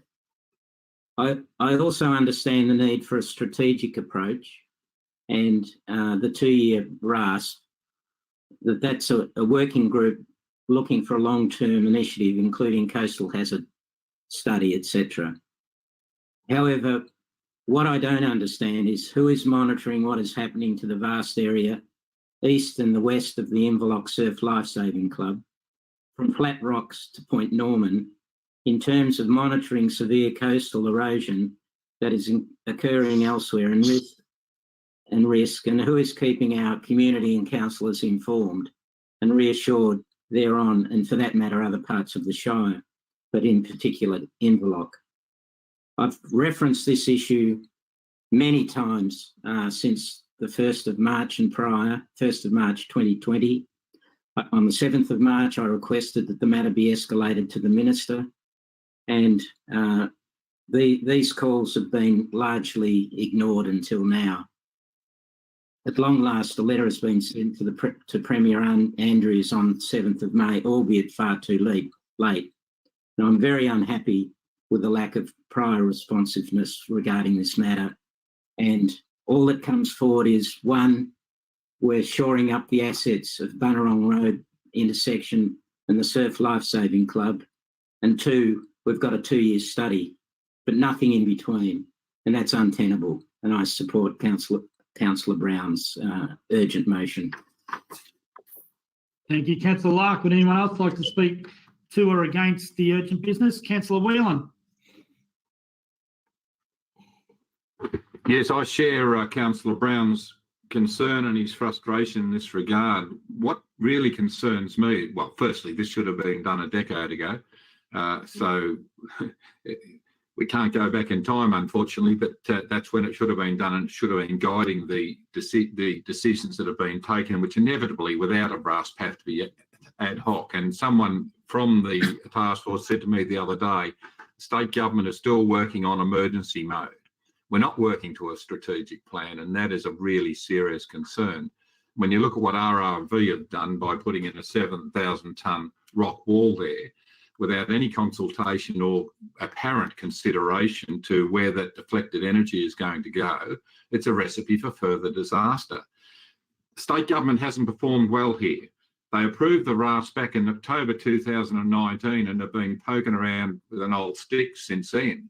They've done a bit of scoping work and they've done a bit of governance work. Well, for Christ's sake, let's get on with it. And so I share your concern, Councillor Brown. We need to get on. Now, the state government's performance in relation to coastal adaptation is again, not good. They put $9.3 million into the state budget for climate change adaptation, supporting the regions to adapt fund. Come on, fair dinkum. I mean, how do we rate the importance of this sort of work against the Better Boating had $42 million allocated to it? No, the state government needs to step up, as indeed so the federal government. The federal government did to some extent, but they need to step up more, and both levels need to be taking this issue seriously. I'm supporting Councillor Brown's resolution. I think it doesn't go as far as it should. I'd like to see us also be calling, I'm not going to move an amendment, I'll go with it, but these are the two areas that I think it could have been enhanced with, is firstly, that we call on the state government to adopt ambitious emissions reductions targets. That's fundamental. This is what we're seeing here is climate change writ large. We've got sea level rise, and we had a presentation in Inverloch from Dr. Reef, an appropriate name one would think, And what she indicated is that sea level rise is just a component of making this high energy beach more impactful than what it has been, because what it's been doing is pulling away the sand as well, so the water is getting deeper, and the impact of that in terms of energy is a power function. For those of you that know about compound interest, it's a growth function like that. And the third point I'd like to see us deal with, and this is something I think we can take on for further consideration, 9.3 million. Get real, state government. That should be $100 million in this coming budget towards climate change adaptation in regional areas. Thank you. Thank you, Councillor Whelan. Would anyone else like to speak to this urgent business? Councillor Ellis. Thank you, Mayor Tazari. I go down to Inverloch about every third or fourth day, and it's amazing how much the sand structure and the shape of that beach changes on a day-to-day basis. I've got photos taken 3 or 4 weeks apart where you wouldn't recognise the same patch of sand. I just want to say that we were debating the urgency of this motion now. I would predict that in a year's time there'll be a Western Port Ward councillor, it might not be me, I might not be on council then, but a Western Port Ward councillor will be sitting here saying there's an urgent thing that we need to do in Jam Jerop. A year ago there was an unfunded rock wall that we didn't build, and now the road's fallen into the ocean. I think the state government needs to give us some money, and heaps of it, or do something themselves so that we can get a Shire-wide action plan for this. We've got 130 kilometres of coastline, and the thing that's happened, Max Wells told me down there, Max is a very good local expert on currents and tides and that down there. Something has happened down there, and where Eagle's Nest is, the water that's rushing in is coming in 1 degree different to what it used to, and that's why in the last 5 years we've lost 20 acres of beach down there. That Surf Life Saving Club was built in 2011, and there was like a whole 40 acres of sand in front of it. And it's not, we're a small shire that's not got the funding. If we put all our money into saving the coastline, we couldn't do it. And it's not that we're even battling the Anderson Inlet currents anymore. Because of that change at Eagle's Nest, we're now fighting the Southern Ocean. We're taking on the Great Southern Ocean, and we need the resources of the Victorian government to actually do something meaningful. You've only got to go to Kilcunda and have a look at what's left of the rail trail. The state government wants to spend $19 million on turning that into the Yark Trail, but they're going to divert it through, ironically, the Lionel Rose car park, because the actual track is falling into the ocean, and we're not doing anything about that.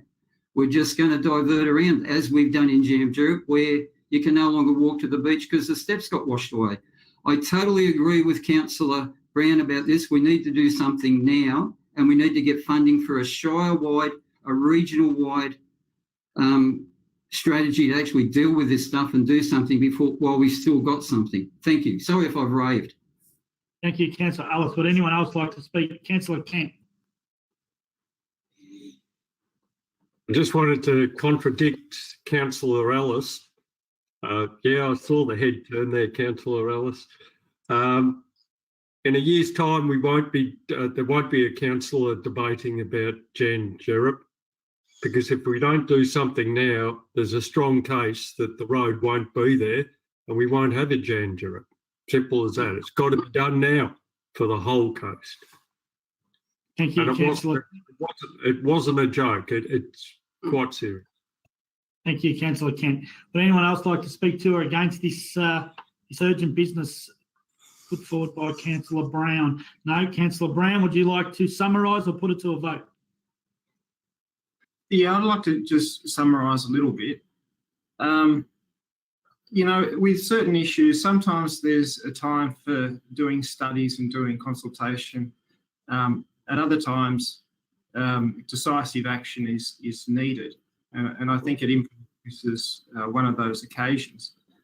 I agree with the comments from some of the other councillors that we do need more funding from particularly state government and federal government, because their resources are, of course, much larger than local councils. And I agree that it's not only an issue in Inverloch, it is an issue in Jam Jerop, Kilcunda, Cows East, all around the Shire. So I think other levels of government should be putting more resources towards it. And one of my concerns is also when we get this money, how it is spent.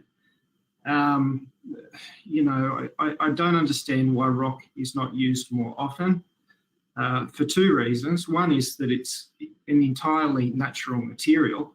There's nothing synthetic or polluting about it to the environment. And it lasts for ages. It lasts 100,000 years or more.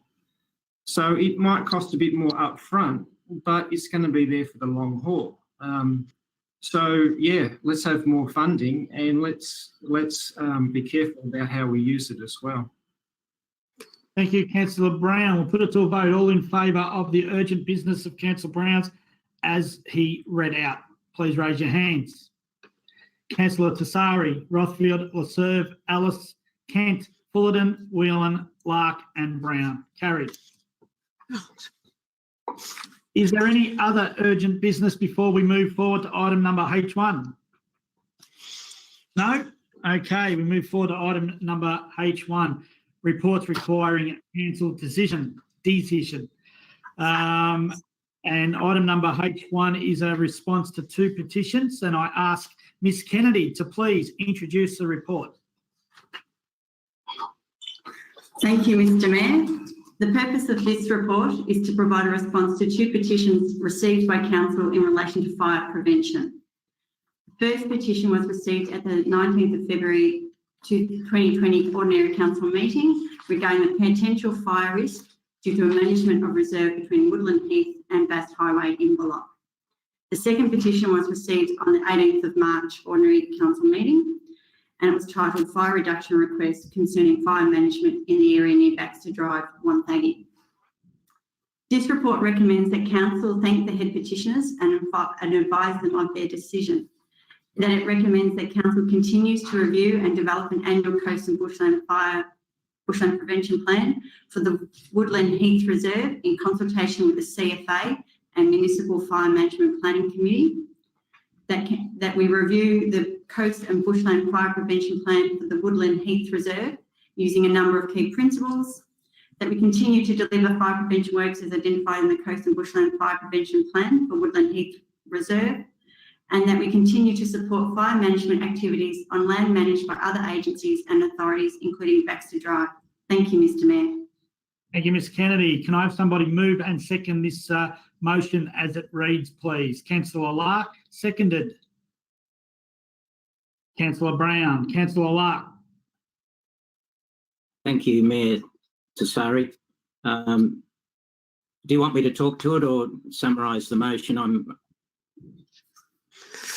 Talk to it? No, please, we're debating the motion, Councillor Larke. Yeah. Well, in relation to the Baxter Drive vacant land, my understanding is that residents adjacent to this land have made several representations to Council for fire hazard reduction and removal of sprawling blackberry shrubs, however, without success at this point in time. Similarly, Woodland cottages and other residents in Inverloch have for some considerable time called for fire hazard reduction from the adjacent reserve, including removal of excess fuel such as fallen trees and branches, long grass, etc. on a regular basis. That's the background, and I'll sum up in due course. Thank you, Councillor Larke. Councillor Brown. Yeah, thanks, Mr Mayor. Look, I just say that in managing these areas, there's got to be a balance. We've got to balance looking after the local environment of the areas against you know, the threat to bushfire. So we have to weigh those two things up. And at Council, we do have our Municipal Fire Management Planning Committee that regularly reviews these issues. So I'm confident that they will do that and seek to strike the right balance. Thank you, Councillor Brown. Would anyone else like to speak to or against this motion as it reads? Councillor Kent. As you would probably know, I sit on the Fire Management Planning Committee. it's a pretty hard thing for those members to actually go into having burn-offs. I know there's other strategies there to reduce the material, but I've seen these people who sign off on the management there, and they don't sleep very well for many days. One person signs his life off. Can I suggest that Councillor Julian Brown has said you've got to get that balance right? I would suggest that on the definitely on the management planning committee that life and property is always number one at the top of the list. So I would like the community to rest assured that that is the number one consideration by these committees. The environment would be number two. I have no hesitation in doing that. Thank you, Councillor Kent. Councillor Rothfield. Thanks, Mr Mayor. Yeah, I just would like to endorse what Councillor Kent said. I am certainly not experienced enough to even talk about what should or shouldn't be done in regards to fire management or prevention. And I think the experts are the ones we should listen to in this regard. And the Municipal Fire Management Planning Committee, of course, is a good place to start with how they manage these areas. Thank you, Councillor Rothfield. Councillor Lasserve. Thank you, Mr Mayor.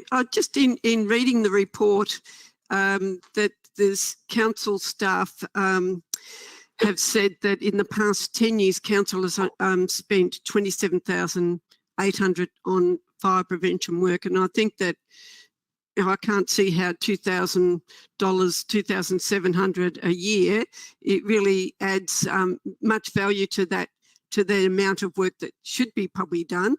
It is a balancing act, and I'm certainly, as Councillor Rothfield said, certainly not the person with the expertise in that area to do it. But if we're going to protect these homes and the community in these woodland areas, I think that we'd have to have serious consideration for it in the budget. I think that $2,000 a year is not really adequate. That's all. Thank you, Councillor Lasserve. Would anyone else like to speak to or against this motion as it reads? No. Councillor Larke, would you like to summarise and put it to a vote? Certainly. I commend our residents for their persistence and hope this recommendation meets their needs and fire hazards are removed for their benefit and peace of mind. It has caused a lot of angst for both the Woodland Cottage residents and the Baxter Reserve, the Baxter Estate residents. In my view, people's safety from fire risk comes first. An unkempt fire risk vegetation, fallen trees and branches, other undergrowth and long grass and noxious weeds such as blackberries should be removed or eradicated from both sites. One site is a private site, and that's completely overrun with unkempt vegetation and blackberries and so forth. So we need to do what we need to do to bring the landowner into to account to protect the people in the Baxter's estate. I support the recommendation. Thank you. Put it to a vote. All in favour of the recommendation as it reads, please raise your hands. Councillor Tassari, Rothfield, Lasserve, Ellis, Kent, Fullerton, Whelan, Larke and Brown. Carried. Item number H2, construction of netball courts and pavilion at Inverloch Recreation Reserve. Ms Kennedy to introduce. Thank you, Mr Mayor. The purpose of this report is to seek a budget variation to the contracts awarded for construction works associated for the Inverloch Netball Court redevelopment and change pavilion at the Inverloch Recreation Reserve. The cost variation requires a council decision from council in accordance with Basco Shire Council's procurement policy. The overall budget to construct both projects was $940,000 and was funded through $500,000 from Sport and Recreation Victoria, $400,000 from Council's Resort and Recreation Fund for Inverloch, and a $40,000 contribution from the Inverloch Conrad Football Netball Club. The additional funding of $110,000 excluding GST is required to fund the unforeseen costs associated with the design and amenity issues, latent conditions, drainage, fencing and accessibility. This report recommends that Council allocates additional funds of $110,000 in the 2019-20 financial year to these projects, and it is to be offset by anticipated savings from the Wonthaggi Tennis Court and Multi-Purpose Training Space project. Thank you, Mr Mayor. Thank you, Ms Kennedy. Can I have somebody move and second this motion? Councillor Brown move, Councillor Larke seconded. Councillor Brown, would you like to speak to? I would. Thank you, Mr Mayor. Yeah, very happy to support this motion. The motion calls for allocating some additional funds to the Inverloch netball courts. I'm confident that you know, some of the big ticket items were related to, you know, removing the subgrade and putting proper subgrade down. Things like upgrading the electricity supply, which was unforeseen when the project was drawn up. So I think the costs are understandable. The facility now looks fantastic. We have a state-of-the-art facility in Inverloch. It doesn't look out of place. It's sympathetic to the environment, to the surrounding environment. And a lot's going on at the Inverloch Rec Reserve. The Recreation Reserve Committee are doing a lot of good work. They've been replacing the trees that were there in the last year or so. So there's a lot going on. It looks fantastic. And importantly, the staff came to us with not only a problem, but a solution by identifying where the funds were going to come from. So well done to all the staff. Thank you, Councillor Brown. Councillor Larke. I think Councillor Brown has summed it up admirably. Nothing further to add. Thank you, Councillor Larke. Councillor Rothfield. Thanks, Mr Mayor. Yes, I think absolutely Councillor Brown has summed it up well. And there's nothing like having a clean slate to work with. We've seen this is a perfect example of a situation where there's latent issues prior to building. And I won't go into what might be or might not be happening in Cows at the moment in regards to a similar situation. What is under the ground? It's a really good reason to know what is under the ground prior to a project even being designed. And as I say, it's not the first time this has happened. We've seen it with other netball courts. There's been a massive delay in the building and the construction. And I think it's as I say, very timely, and I absolutely support it too. Thank you, Councillor Rothfield. Would anyone else like to speak to or against this motion? Councillor Fullerton. Thank you, Mr. Sorry. Look, I would like to just make a comment in relation to this. I acknowledge that the Inverloch Football Netball Club has contributed $40,000 towards a cost of 900 and something thousand, I think it is. Correct me if I'm wrong. It just concerns me. Phillip Island Football Netball Club have contributed in excess of $87,000, or they will. There's a $60,000 cash payment. The football club provided $10,000 in kind plus $17,000 to completely redo the underground power supply to it.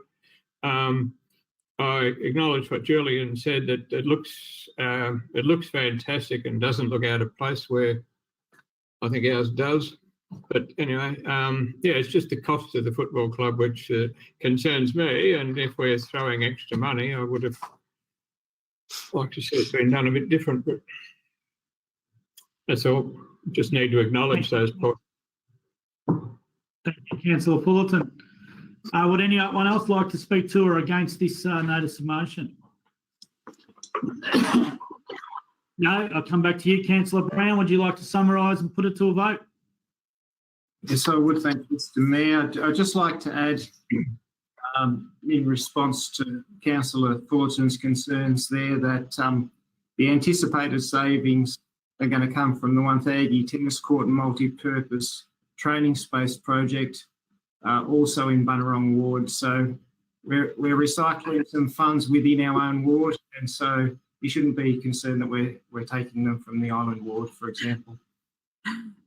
Thank you, Councillor Brown. Can we put it to a vote? All in favour of the notice of motion as it reads? Councillor Tassari, Rothfield, Laserve, Alice, Kent, Whelan, Larke and Brown. And against? Councillor Fullerton, carried. Brings us to item number H3, Bass Coast Community Leadership Recovery Group, and to be the report to be introduced by Ms Kennedy.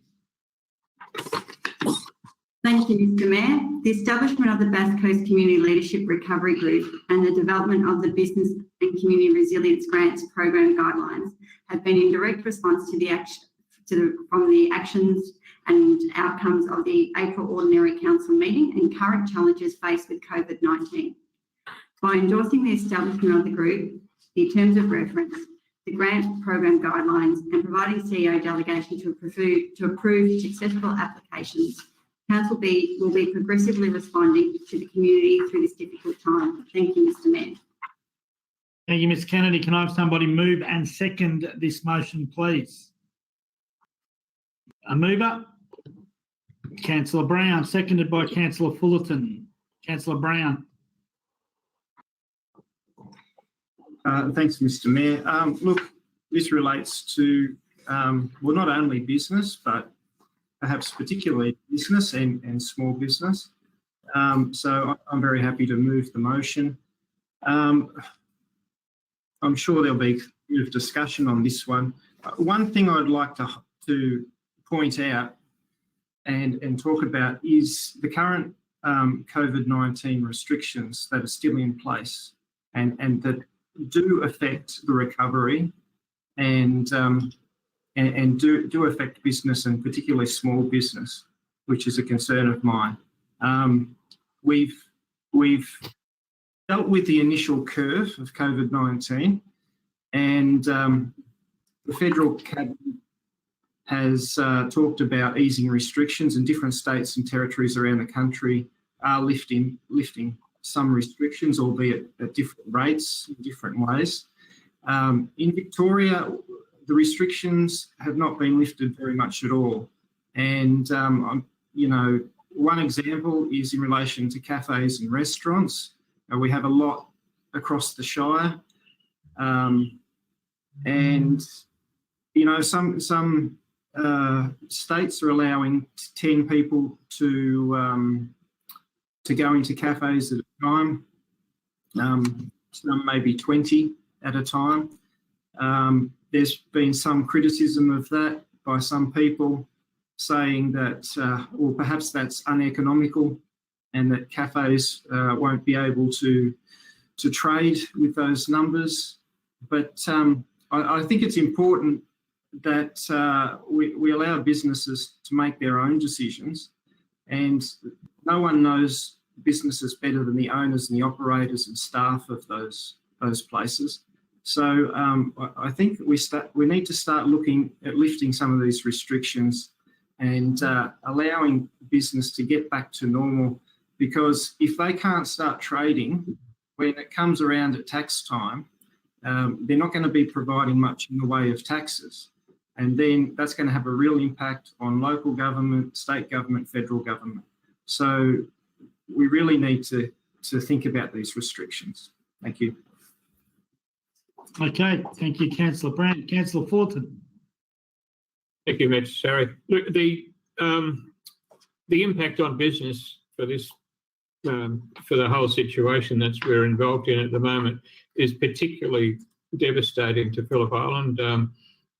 As we've said before, we're 80 or 90% dependent on tourism, and it's having a massive effect on our businesses and our community. So, and this package is all designed, as we know, to guide and assist the community and groups and businesses out of the dilemma when once it finally eases. But yeah, it's something and I commend the council for doing what they've done in selecting various people from the community and having them make the decision. So we'll have very good community input. It's not a decision just from council, but yeah, it's good. I commend it. Thank you, Councillor Fullerton. Councillor Rothfield. Thanks, Mr. Mayor. Yes, well, this item is actually just endorsing the membership of our leadership and recovery groups, of which I happen to have the luxury of chairing the business sector of those groups. We've got a great number of contributors to that group, and we're very lucky to have them. The community business leaders are in it, and the terms of reference also. This is where to endorse those. What I think, I'm really happy about this. I'm really happy. I think council stepped up. We are supporting business and we're supporting the community. We are, and this item really sort of goes to showing what we can do in addition to our the measures that is contained in another item coming up, and that's the hardship policy that we have, which is basically the rate relief policies and packages that we've assembled. But this in itself is nearly $1 million that we're looking at in supporting business and community efforts through what has been a devastating time for our community. And as Councillor Fullerton said, we are the second most tourist-dependent economy in Australia, not Victoria, in Australia. So, of course, it's going to have an impact, and of course we should step up to the plate, and I think we have. And I'm very happy to support this motion.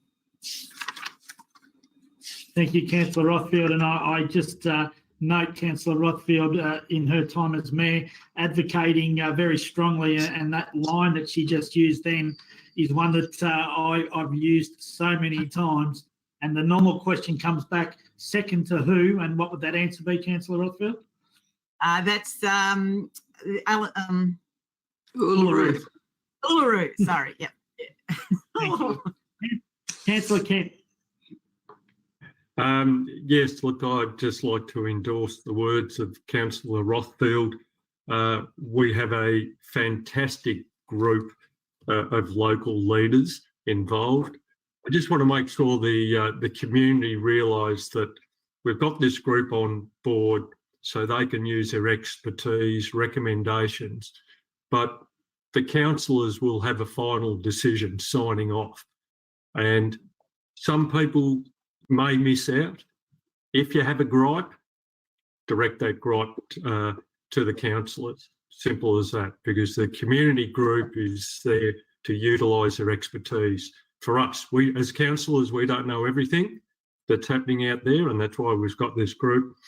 And I'd also just like to give ourselves a pat on the back when we look at the amount of money that we've been able to put forward compared to some large councils out there, metropolitan councils. You know, the ratio is huge when you look at us, and we should be congratulated for doing that. I just do not understand how some of these metro councils have, you know, stepped forward with a couple of 100,000. You know, I don't know how they can do it. So we'll take a pat on the back for that. Thank you, Councillor Kent. Councillor Larke. Thank you, Mayor. This is a fine example of deliberative democracy or deliberative engagement, which is embedded in the new Local Government Act going forward. And it's all about placing people, our citizens, our residents, affected individuals, at the centre of the relief and recovery exercise.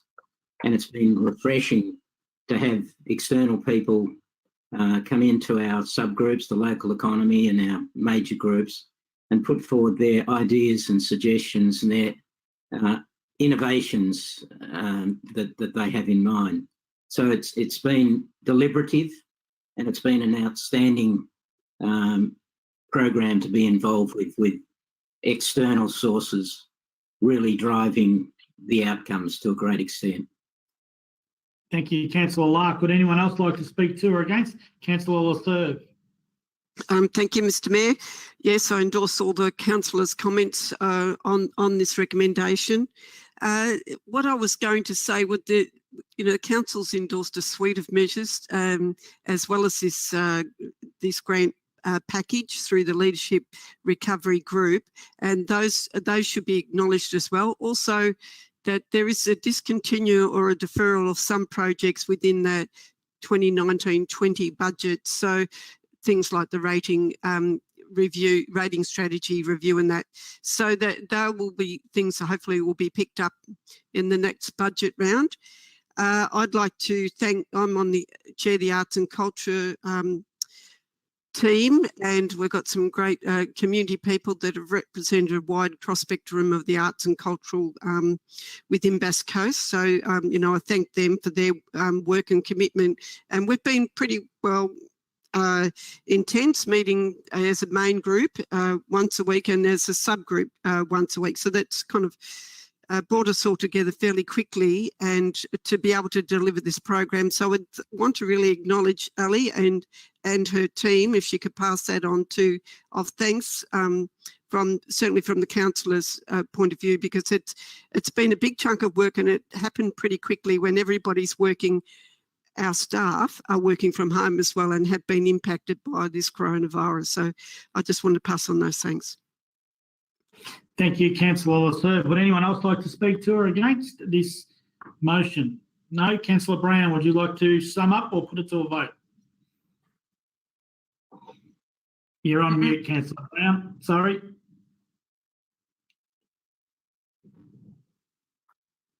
Yeah, happy to put it to the vote, Mr. Mayor.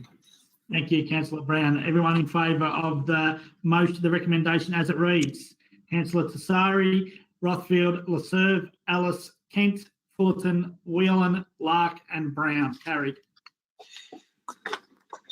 Brings us to item number H4, which is community grants. Yes, Councillor Rothfield. I will leave. Don't start again without me. How could we, Councillor Rothfield? We all wave goodbye to Councillor Rothfield and we'll wait 5 seconds while we get confirmation that she has left the building.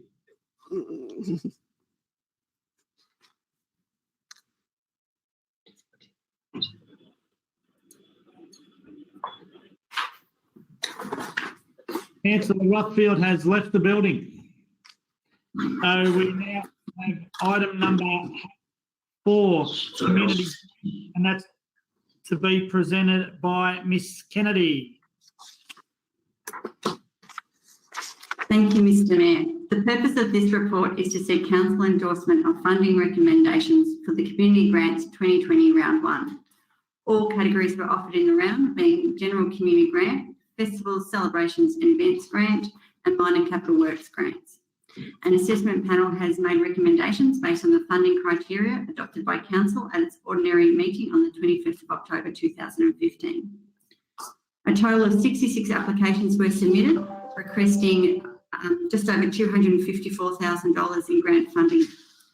A total of $127,000 across 43 projects have been recommended for allocation as per Council's allocated budget.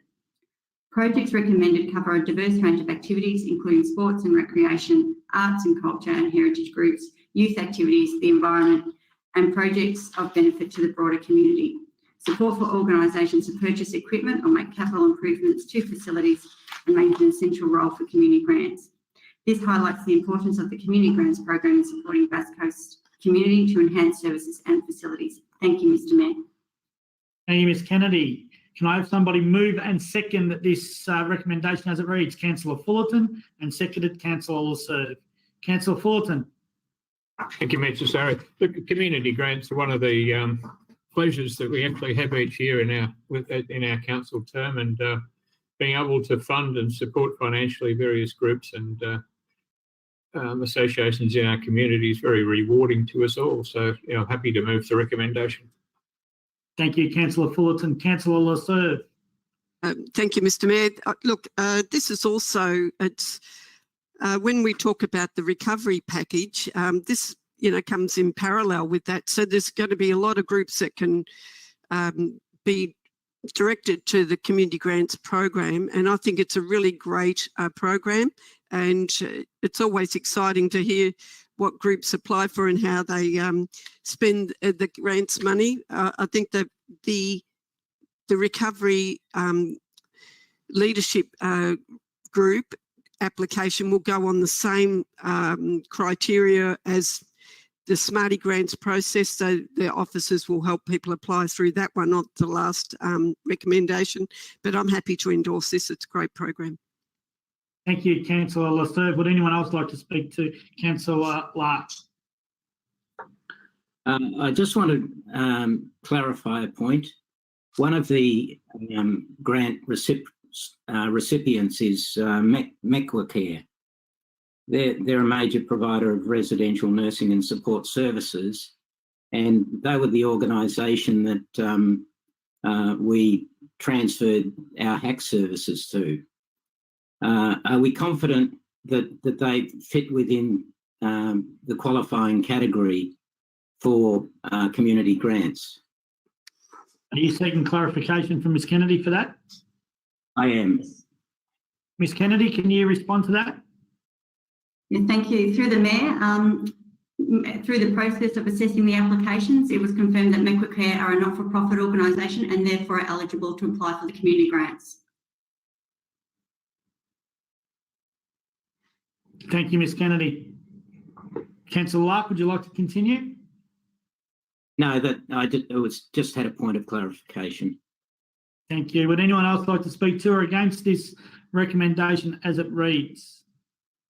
No. Councillor Fullerton, would you like to summarise and put it to a vote?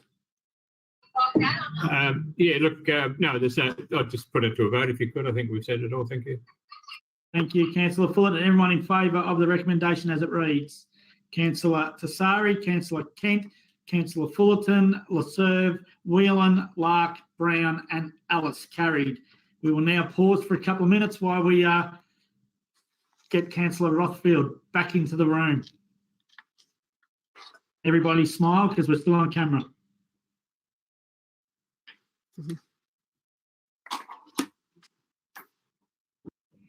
I said smile, Councillor Kent, not laugh. I was only laughing at Councillor Fullerton. Yeah.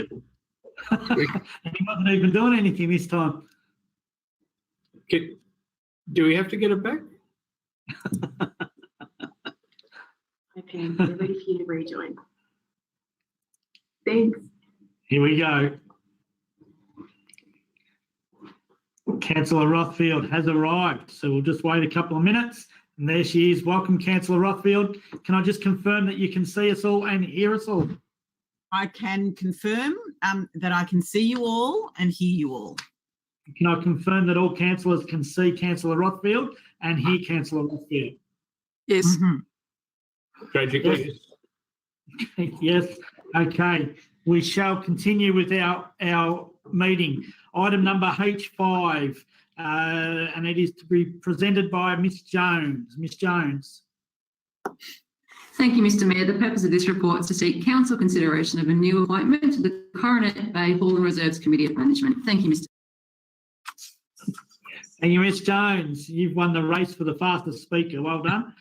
If I could have somebody move and second that motion. Councillor Kent, seconded Councillor Lasserve. Councillor Kent, would you like to speak to the motion? Yes, I will. I'll steal the words of Councillor Ellis. Western Port Ward has the largest amount of 86 committees. We wouldn't survive without these volunteers, and the Coronet Bay Committee is a real get up and go committee. They've achieved a lot there for the community, and I would suggest having that extra 10th participant will take a little bit of pressure off that committee. Thank you, Councillor Kent. Councillor Lasserve.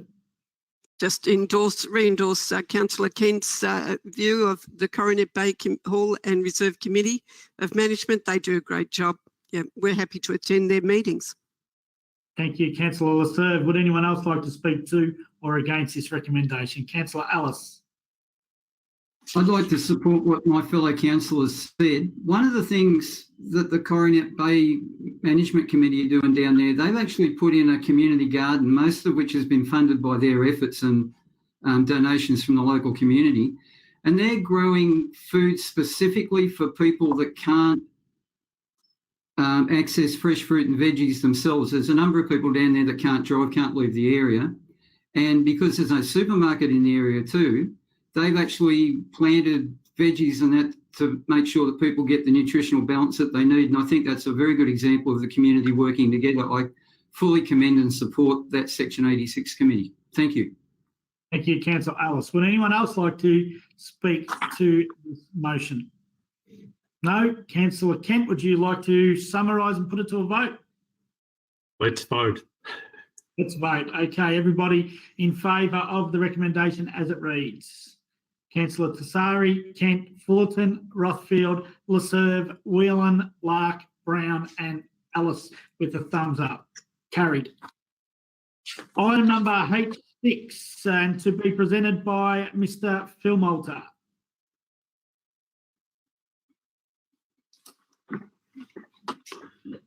Thank you, Mr Mayor.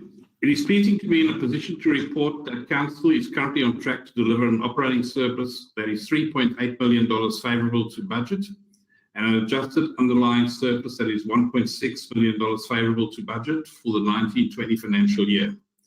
This favourable position is as its foundation an ongoing focus on innovation and the implementation of sustainable efficiencies across the organisation. This has delivered salary savings of $1.8 million. Council's cash position, as shown on the funding statement, is forecast to have a surplus of $1.2 million at the end of the financial year. The provision for a transfer to reserves of $1.5 million, which can be used as a funding source for the next tranche of COVID-19 related support, has also been made in the funding statement. Council's capital works budget of $21.1 million has been reforecast to include an additional 37 projects carried over from 18-19 that have a value of $12.9 million. Council has also funded additional emergency work for the Granville Glen Elvie Road and the Kate Patterson Stairs. It has also acquired a new site for Pickle at a cost of $800,000. The current forecast full-year capital program of $23 million is after provision for a carryover of $12.8 million to 2021. These carryovers are for some major projects such as the Pioneer Bay Special Charge, Cowes Pickle Building, and the Surf Parade Pathway in Inverloch. Thank you, Mr Mayor. Thank you, Mr Phil Moulter. Can I have somebody move and second this motion as it reads, please? Anyone? Councillor Rothfield, and seconded. Councillor Laserve. Councillor Rothfield. Thanks, Mr Mayor. Yes, Mr Phil Moulter has nicely encapsulated the performance of our Shire, and I think it's to be celebrated that we have improved our budgeted surplus. A couple of things. One is that he did mention that we have acquired the site for Pickle, which is excellent, a new house, home for them. What isn't included in these figures is that we have also sold the old site and are able to pocket something like a $2 million exchange. So we sold that for 2.85. Can I just check with our CEO contract? Is that signed for that yet, Miss Wasty? Please.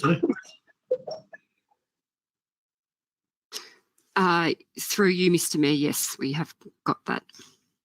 Beautiful. So that's a $2.85 million contract, and we've acquired the new site for $800 million. So that's wonderful news there.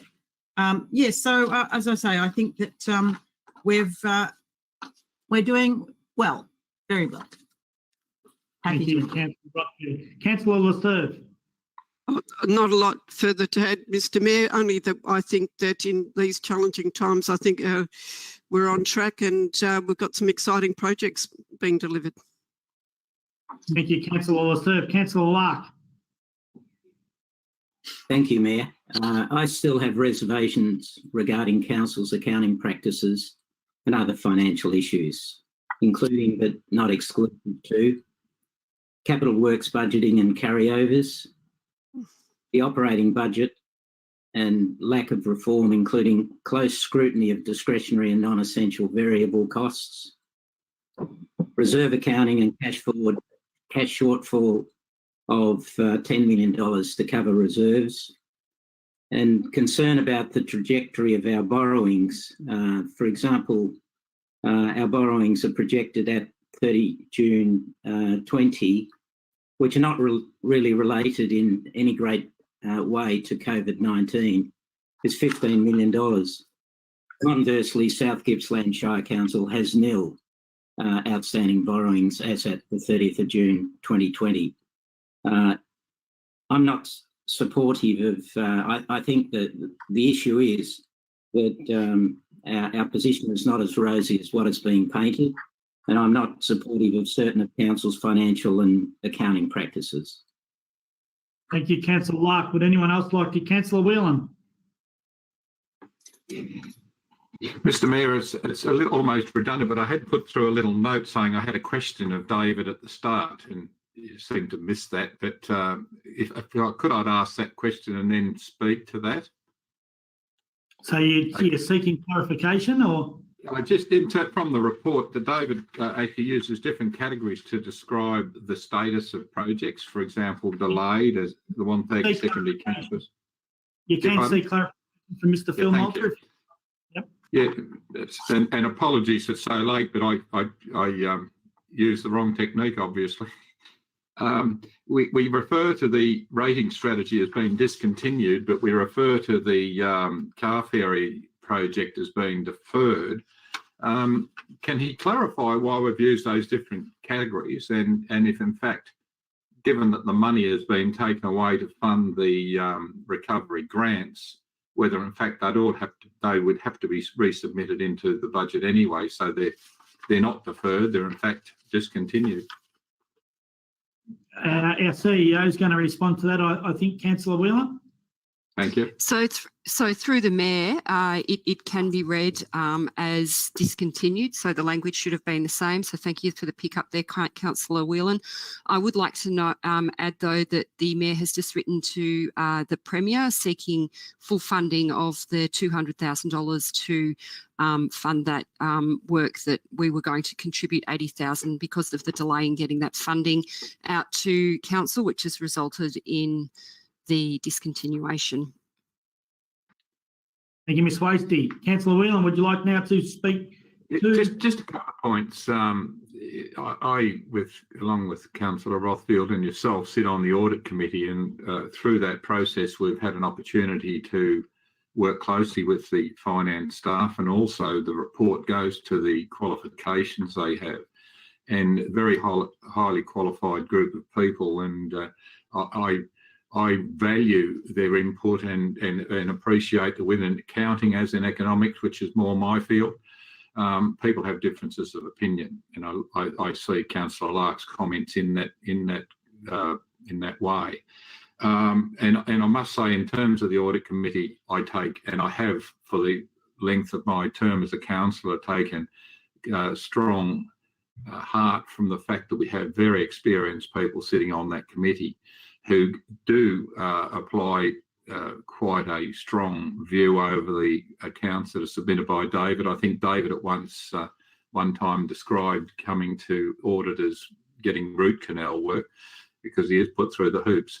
So I'm very confident with how we're going about things. I think we need to know that we're at that stage where our accounts won't be as attractive in the next couple of years because of the impact of this virus situation and the stimulus we're putting into our economy. This is our rainy day, and we have to do those sorts of things at this point in time. So, look, I'm very pleased with the report David's, Mr. Phil Miles has put through, and with the team we've got working on it. Thank you. Thank you, Councillor Whelan. Councillor Fullerton. Thank you, Mr. Sorry, I need to comment on Councillor Larke's questioning or continual questioning of the accounts. 3.5 years ago during the election, Councillor Larke, who with his accounting background has an implied financial credibility, seriously questioned the accounting practices of council, and it's gained credibility somehow through the community. However, I have concerns that on each and every occasion there's proven to be nothing in it, and for all Councillor Larke disputes the accounting practices at almost every meeting or every month. There's things I don't get.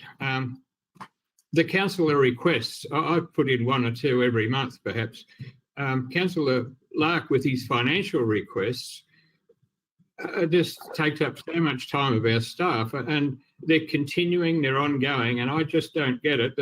When we've had 2 staff in the finance department employed almost full-time answering Councillor Larke's continual finance issues. So I understand that every time we do this, he's going to question the finances, and the community going to look at it and say he must know what he's doing. But as Councillor Whelan had just said, the finance committees and whatever, and all financial experts we've had fully endorse the practices of the council and the way that our accounts are done and whatever. So I, for one, are totally sick of hearing it, and I just hope we can move on and get some practical background knowledge on it and do it. Thank you, Councillor Fullerton. Would anyone else like to speak to or against this recommendation as it reads? No. Councillor Rothfield, would you like to summarise or put it to a vote? Well, look, I'd just like to say that, I agree with Councillor Fullerton that it is a bit worrying continually to have the what should I say, the demoralising words that Councillor Larke continues to throw at disparaging comments that he makes in regards to the finances. We do have a fabulous audit committee. The externals are so well qualified, and I have utmost respect for them. Not because they demand respect, but because they've earned the respect. And I feel that it's interesting because Councillor Larke was originally on the audit committee. He resigned that committee within 4 months of being on council and has never taken it up again. And I think that, since then he's just been outside throwing stones. And I think it's a real shame because it doesn't support. If I could, please, can you please stick to the point? Well, the point is I'm responding to what a councillor has actually maintained in respect to this item. So my response is this, that it is actually that they are rosy. The figures are excellent, and we are overseen by a very strong audit committee, and I think that we really need to support council and what council is all about and what they're doing. And I think that that's just a bit disappointing to see it continue. Thank you, Councillor Rothfield. If we could put it to a vote. Everyone in favour of the recommendation as it reads. Councillor Tessari, Kent, Fullerton, Rothfield, Laserve, Whelan, Brown and Ellis. And against? And a division, thank you. We just did it. And a division. Everybody in favour of the recommendation as it reads, please raise your hands. Councillor Tessari, Kent, Fullerton, Rothfield, Laserve, Whelan, Brown and Ellis. And against? Councillor Larke. Carried. Item number H7, award tender, and that is to be introduced by Mr. Sturton. Mayor Tessari, did you call for a division, an actual division? Yes. You said that motion was carried, but what I was calling for was a division of the vote and a recording of the division. The division was recorded. That's why we did it twice. Thank you. Okay. Councillor, Mr. Sturton, if you could introduce item number H7. Thank you, Mr. Mayor. The purpose of this report is to present to Council the outcome and recommendation from the tender evaluation process of tender number 2005 Design Services for the Cows Cultural and Community Centre. A public tender process was conducted for these works, which closed in February 2020. A total of 18 tenders were received and all were conforming. Each tender was evaluated against the criteria of related experience and referees, methodology and approach, program of works, capacity to deliver, innovation and continuous improvement, benefit to the Bass Coast economy and price. Interviews were conducted with the 3 highest scoring tenderers to seek further clarification of their submission. Referee checks have also been completed. It is the recommendation that Jackson Clement Burrows Proprietary Limited are awarded this tender for the design of the new Cows Cultural and Community Centre. Throughout the tender process, Jackson Clement Burrows demonstrated best previous performance for similar projects and scale, agreement to deliver to the construction budget, agreement to the project schedule, best assembled consultant team, best understanding of relevant environmentally sustainable design, best project methodology and community consultation approach, and Indigenous representation within the design team, best overall tender submissions and interview performance, and the tendered price within the project budget. Thank you, Mr Mayor. Thank you, Mr Sturton. If I could have somebody move and second this recommendation, Councillor Fullerton, and seconded Councillor Whelan. Councillor Fullerton. Sorry, I muted myself. Yeah, look, I'm happy to move the recommendation. The Cultural Centre is something which our community has been working well for decades to actually finally get a theatre back, our conference centre, the facilities for the arts community, the offices for the council. And look, I'm happy to move this now to see it take the next step, and as a matter of as soon as we can get the building built and for our community to enjoy it as we've been hoping to do for many years. Thank you, Councillor Fullerton. Councillor Whelan. Yeah, look, thanks, Mr Mayor. Yeah, likewise, I share Councillor Fullerton's views on that. It's time we got on with it, and that's what we're doing. And I'm pleased that I'm on the Project Control Committee with my fellow Island Ward councillors, and it's an exciting project, and we're keen really to get it going and deliver for the people of Phillip Island and Cows in particular. These consultants were best in a Melbourne Cup field. Because of the situation with the virus, we got many more applications than we'd previously got for projects, and they're quite an incredibly well qualified group of architects. One of the things is that they contain their bid contains the contingencies better than some of the others. That was certainly a consideration, and also their experience, at least the team they put forward with the setting of the cultural centre, is going to be so important. I mean, if we look at what the work that was done with the trees being slaughtered some years ago for the town square, I mean, I'm really looking forward that the building is a statement within Cows, and it's in a beautiful setting. ESD is, I think, I've probably bored people with my interest in things like ESD, but their qualifications around that are really good. And look, being on the arts recovery group with Councillor Lasserve, the importance of really working with our Indigenous brothers and sisters has really come to the fore there in some of the discussions we've had. And the fact that we've got Indigenous representation on that, and that our Indigenous community will feel comfortable in going forward and being a part of this process is an absolute winner as far as I'm concerned. So I commend the work that Mr Sturton and his team have done thus far, and I hope they keep it up. Thank you, Councillor Whelan. Councillor Rothfield. Thanks, Mr Mayor. Yes, this is extremely exciting. I mean, to have the, as Councillor Whelan said, the Melbourne Cup offerings here in the experts that we had tendering was absolutely wonderful. Jackson Clement Burrows, wow, how fabulous is that? But what's important to see here is that we are following a procurement policy. We have rated everybody, and Jackson Clement Burrows have top tender, no doubt about it, 83%, and they are within budget.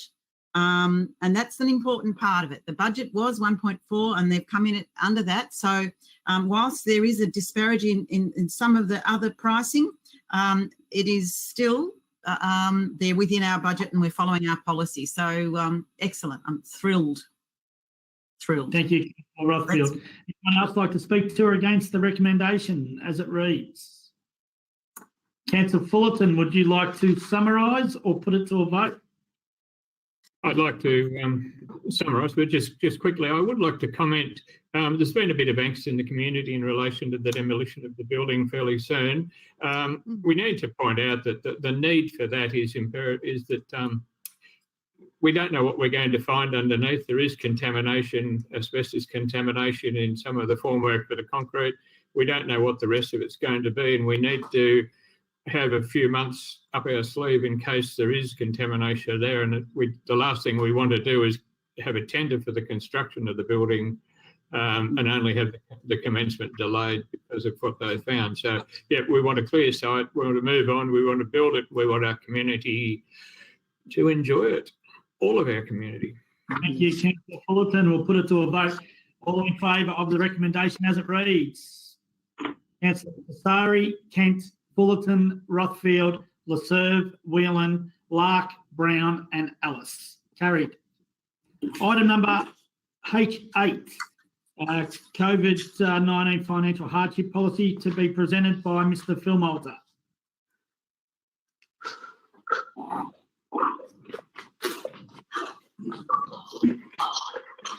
Thank you, Mr. Mayor. The current COVID-19 pandemic has resulted in an unprecedented closure of a significant proportion of the Bass Coast economy, which has a large exposure to tourism and hospitality. The city expects to result in significant increases in unemployment or underemployment in the Shire, with adverse impacts on household income. As municipal rates are one of the largest bills that households receive, Council has developed an enhanced financial hardship policy to help impacted ratepayers cope with the financial impact of the pandemic.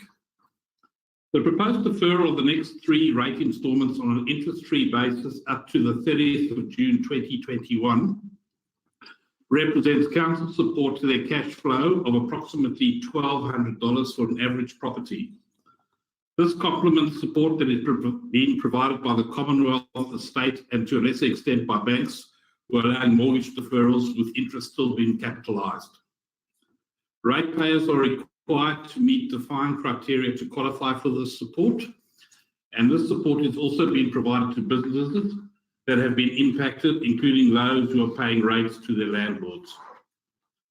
The proposed measures are consistent with those being provided by other councils in Victoria, who are generally deferring rates up to November 2020.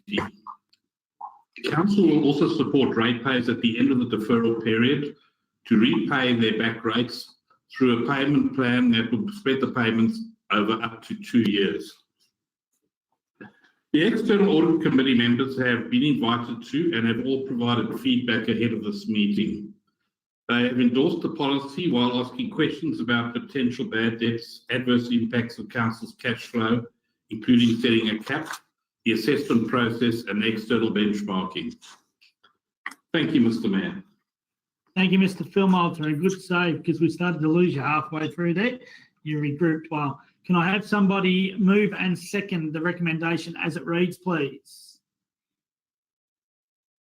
Thank you, Councillor Rothfield. And seconded, Councillor Fullerton. Councillor Rothfield.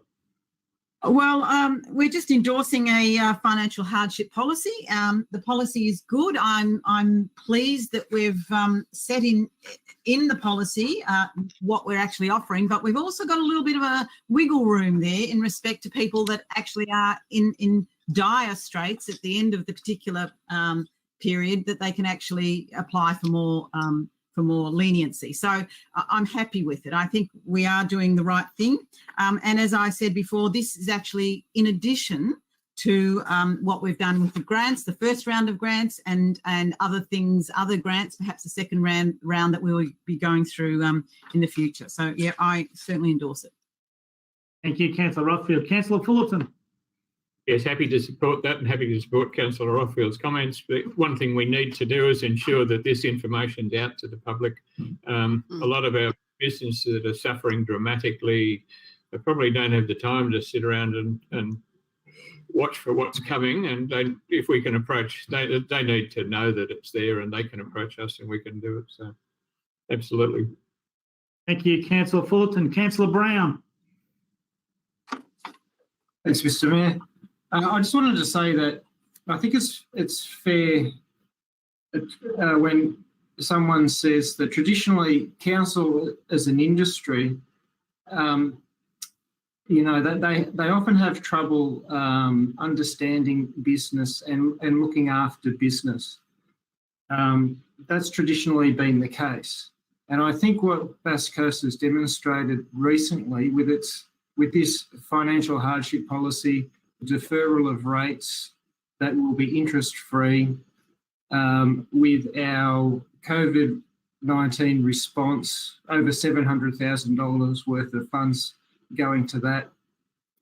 You know, our Shire has demonstrated that we're starting to understand business and the challenges that they face, and we're trying to reach out and support them in ways that we haven't done that in the past. So I think it's very positive. You know, we should congratulate the people in the business development section within council, and you know, they're doing a good job. They're understanding what business is facing. They're communicating a lot with business, and I hope going forward that we continue and we don't forget about business when things return back to normal, because sometimes in local government we think about government, but we kind of forget about business. So I think it's really positive. Thanks. Thank you, Councillor Brown. Councillor Kent. I just had to make mention that we're not doing a freeze on the 2% rate increase. The reason I want to bring this up is that mainly because the Melbourne City Council announced yesterday they were having a freeze, and I'd like to point out that to the average ratepayer, if we got rid of that 2%, it's an average of about $30 per rateable property that would be saved. But the main problem there is that over a 10-year period, it would cost this council about $10 million. Bass Coast is already behind the 8 ball when compared to similar councils in regards to our budget. We are going to recover from this, and I don't think we need the added burden over the next few years of losing the 10 million too. Thanks. Thank you, Councillor Kent. Councillor Whelan. Thanks, Mr. Mayor. I wanted to make a comment, reinforce the comment that Councillor Brown made about the work that EcoDev, Economic Development, are doing in the community, because I come across someone who was doing it really hard, gave them a call. The follow-up was excellent. I was pleased with them. They the leader of the Eco Development team contacted them personally and then had his staff follow up. So I thought they did a really good job, and they can't get across all of the businesses, and I think we've got a role in doing that, is making them aware of businesses that might be doing it tough. And similarly, through our network we've now developed through the recovery team, the community recovery team, it's about getting it out there, and we're trying to work as a team. We probably miss someone. It's inevitable. We can't help it, but we need to really make sure we get it out to as many people as possible.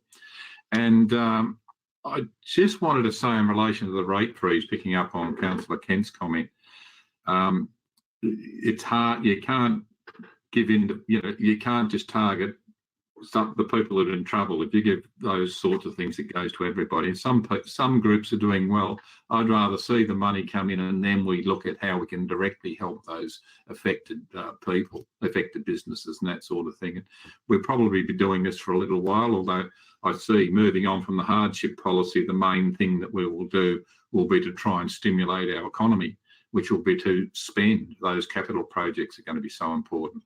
Thank you. Thank you, Councillor Whelan. Would anyone else like to speak to or against this recommendation? No? Councillor Rothfield, would you like to summarise or put it to a vote?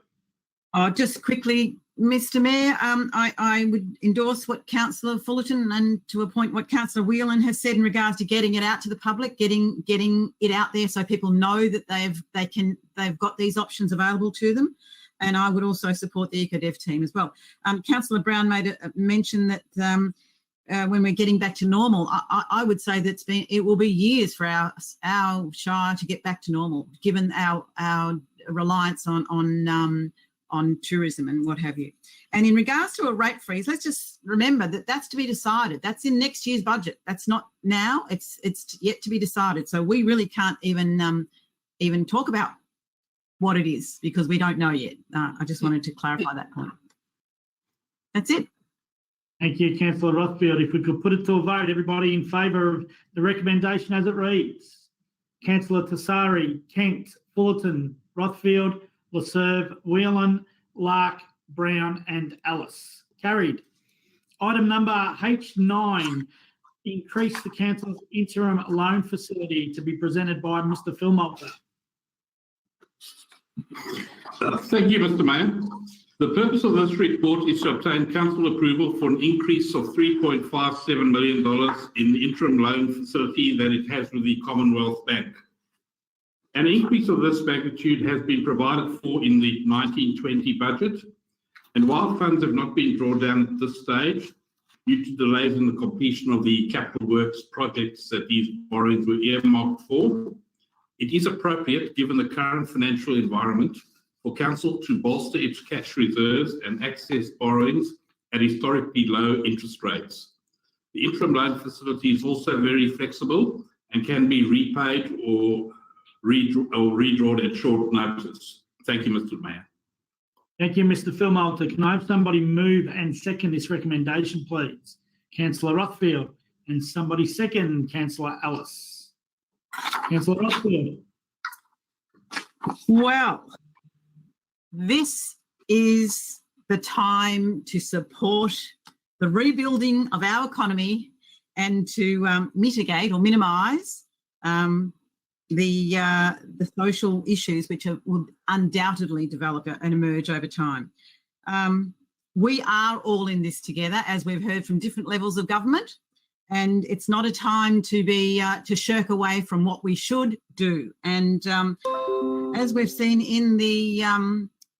in the discussion in the papers, the additional 3.57 million will allow us to broaden. It will give us a cash reserve, because we've just gone through what we're proposing in regards to a hardship policy and the impact that may have on our cash flow. This will allow us to have that cash to broaden any financial hardship policies in regards to the next stage. And as I will absolutely say, we will be in for a next stage. We are not going to be out of this in this shire for the next couple of years. This is not a time for financial grandstanding. This is a time to do what you were voted in for. And you were voted in for to support your community. And we really need to rebuild our community, put our money where our mouth is, and as I say, support our community, both businesses and the various social issues that we're going to face. Thank you, Councillor Rothfield. Councillor Ellis. I think Councillor Rothfield summed it up very nicely. I can't really add to that except to reiterate that we are all in this together, and we need to work together as a team, not only council, but also the community and business and our council staff as well. One big team. Thank you. Thank you, Councillor Ellis. Councillor Larke. Thank you, Mayor. I'm sure that council values diverse views rather than groupthink. This report calling for an increase in council's loan facility, in my view, masks the legacy of prior borrowings, the shortfall of $10 million to cover reserves created by book entry, and lack of operating budget reform prior to COVID-19. Low interest rates, yes. However, what we have borrowed yesterday, we have to repay tomorrow. And these legacies place us in a position where we have to borrow more going forward than otherwise would have been necessary had these legacies been addressed. That said, I acknowledge we need the funds to shore up council's cash position because of legacy issues. However, do not believe it is a result of COVID-19. Thank you. Thank you, Councillor Larke. Would anyone else like to speak to or against this recommendation? Councillor Rothfield, would you like to summarise or put it to a vote? Just a little bit of a summary, not much. I just want to give a little bit of statistical information at the moment. This is as of May 5, and this is going to be getting worse. In Wonthag and Inverloch, the total number of jobs lost now equate to, are 10% of our employed persons so far. That's from March to May 5. In Phillip Island, we've lost 12%.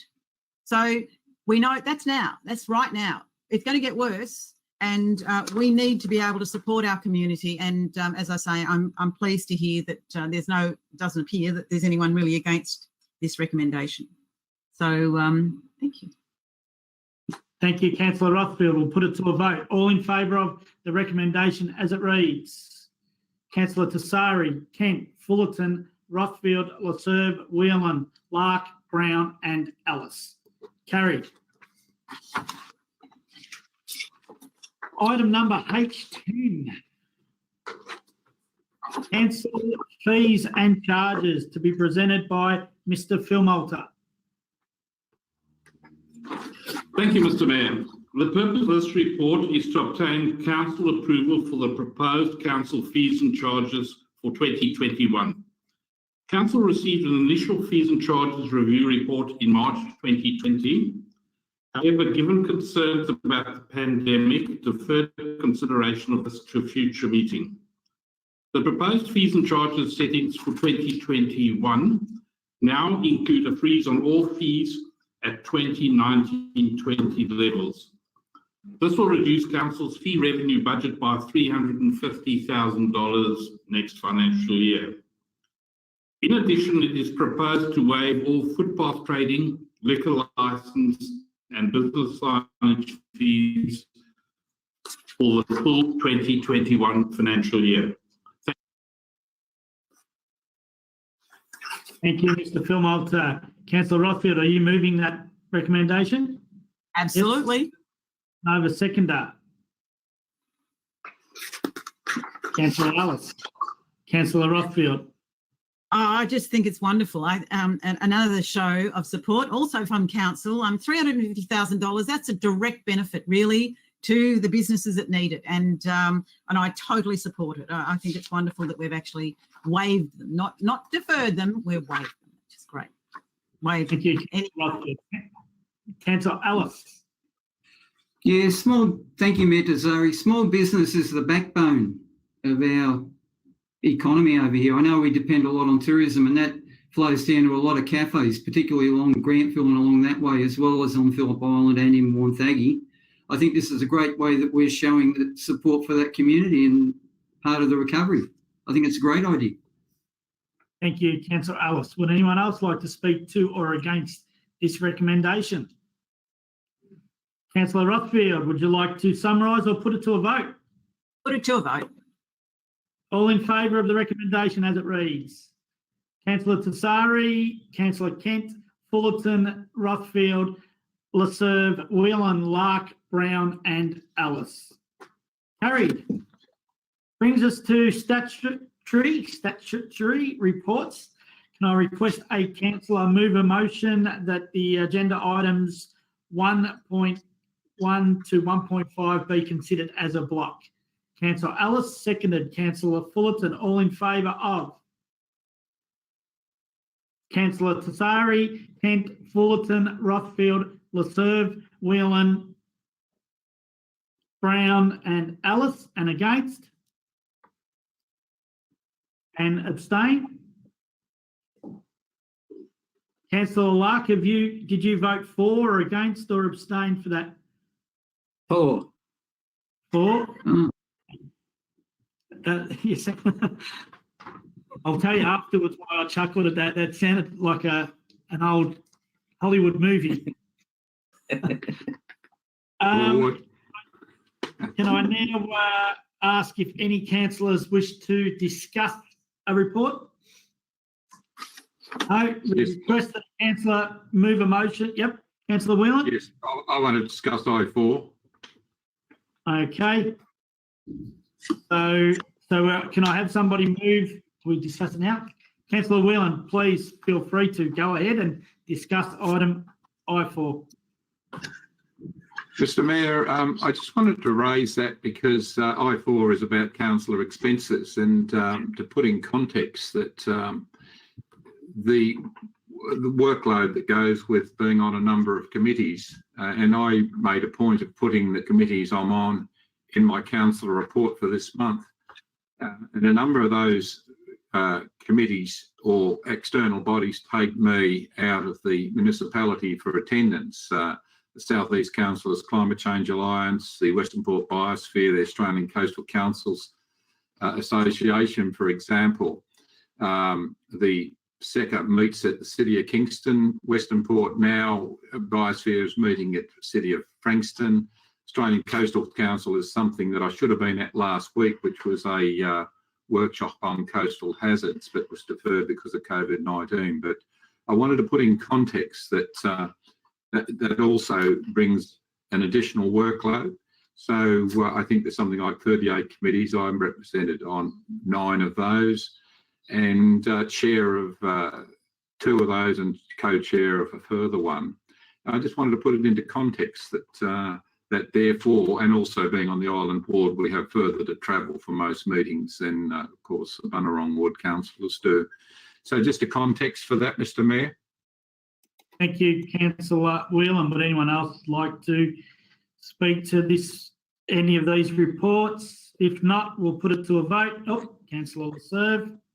Thank you, Mr Mayor. And just on that I4, I just want to say there's really an opportunity time for the community to have consideration for those who will stand for the council elections in October. We're only 5 months out, that they have a look at this. Councillor Laserve, I4 is councillor expenses. I'm not sure where you're going. Well, I think it's really important because on just looking at the notes, and if please, community members, we won't be talking about any upcoming elections. I'm not talking about that, Mr Mayor. I'm just bringing to the community's attention that this report is from November 2016 to 31st of March 2020, just for their consideration if they want further information. Okay, thank you, Councillor Laserve.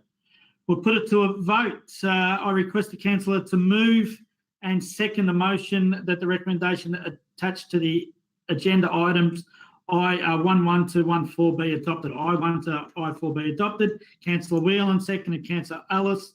All in favour of, please raise your hands. Councillor Tassari, Kent, Fullerton, Rothfield, Laserve, Whelan, Larke, Brown and Ellis. Carried. That brings us to the end of our first ever virtual and streamed live meeting. I'd like to announce that Council is monitoring and implementing the COVID-19 pandemic response and restrictions set out by the state and federal governments. Council will be pausing community connection sessions for the coming months.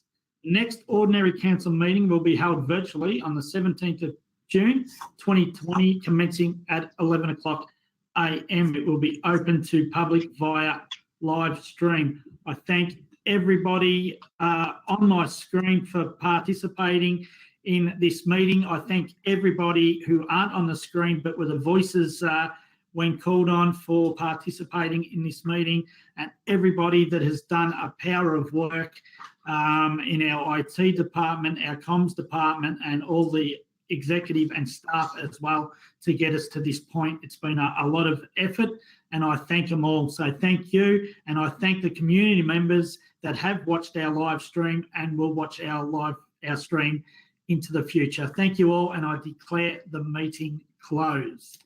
Please wait for a minute before we finish the stream. But thank you all, and talk to you all again soon.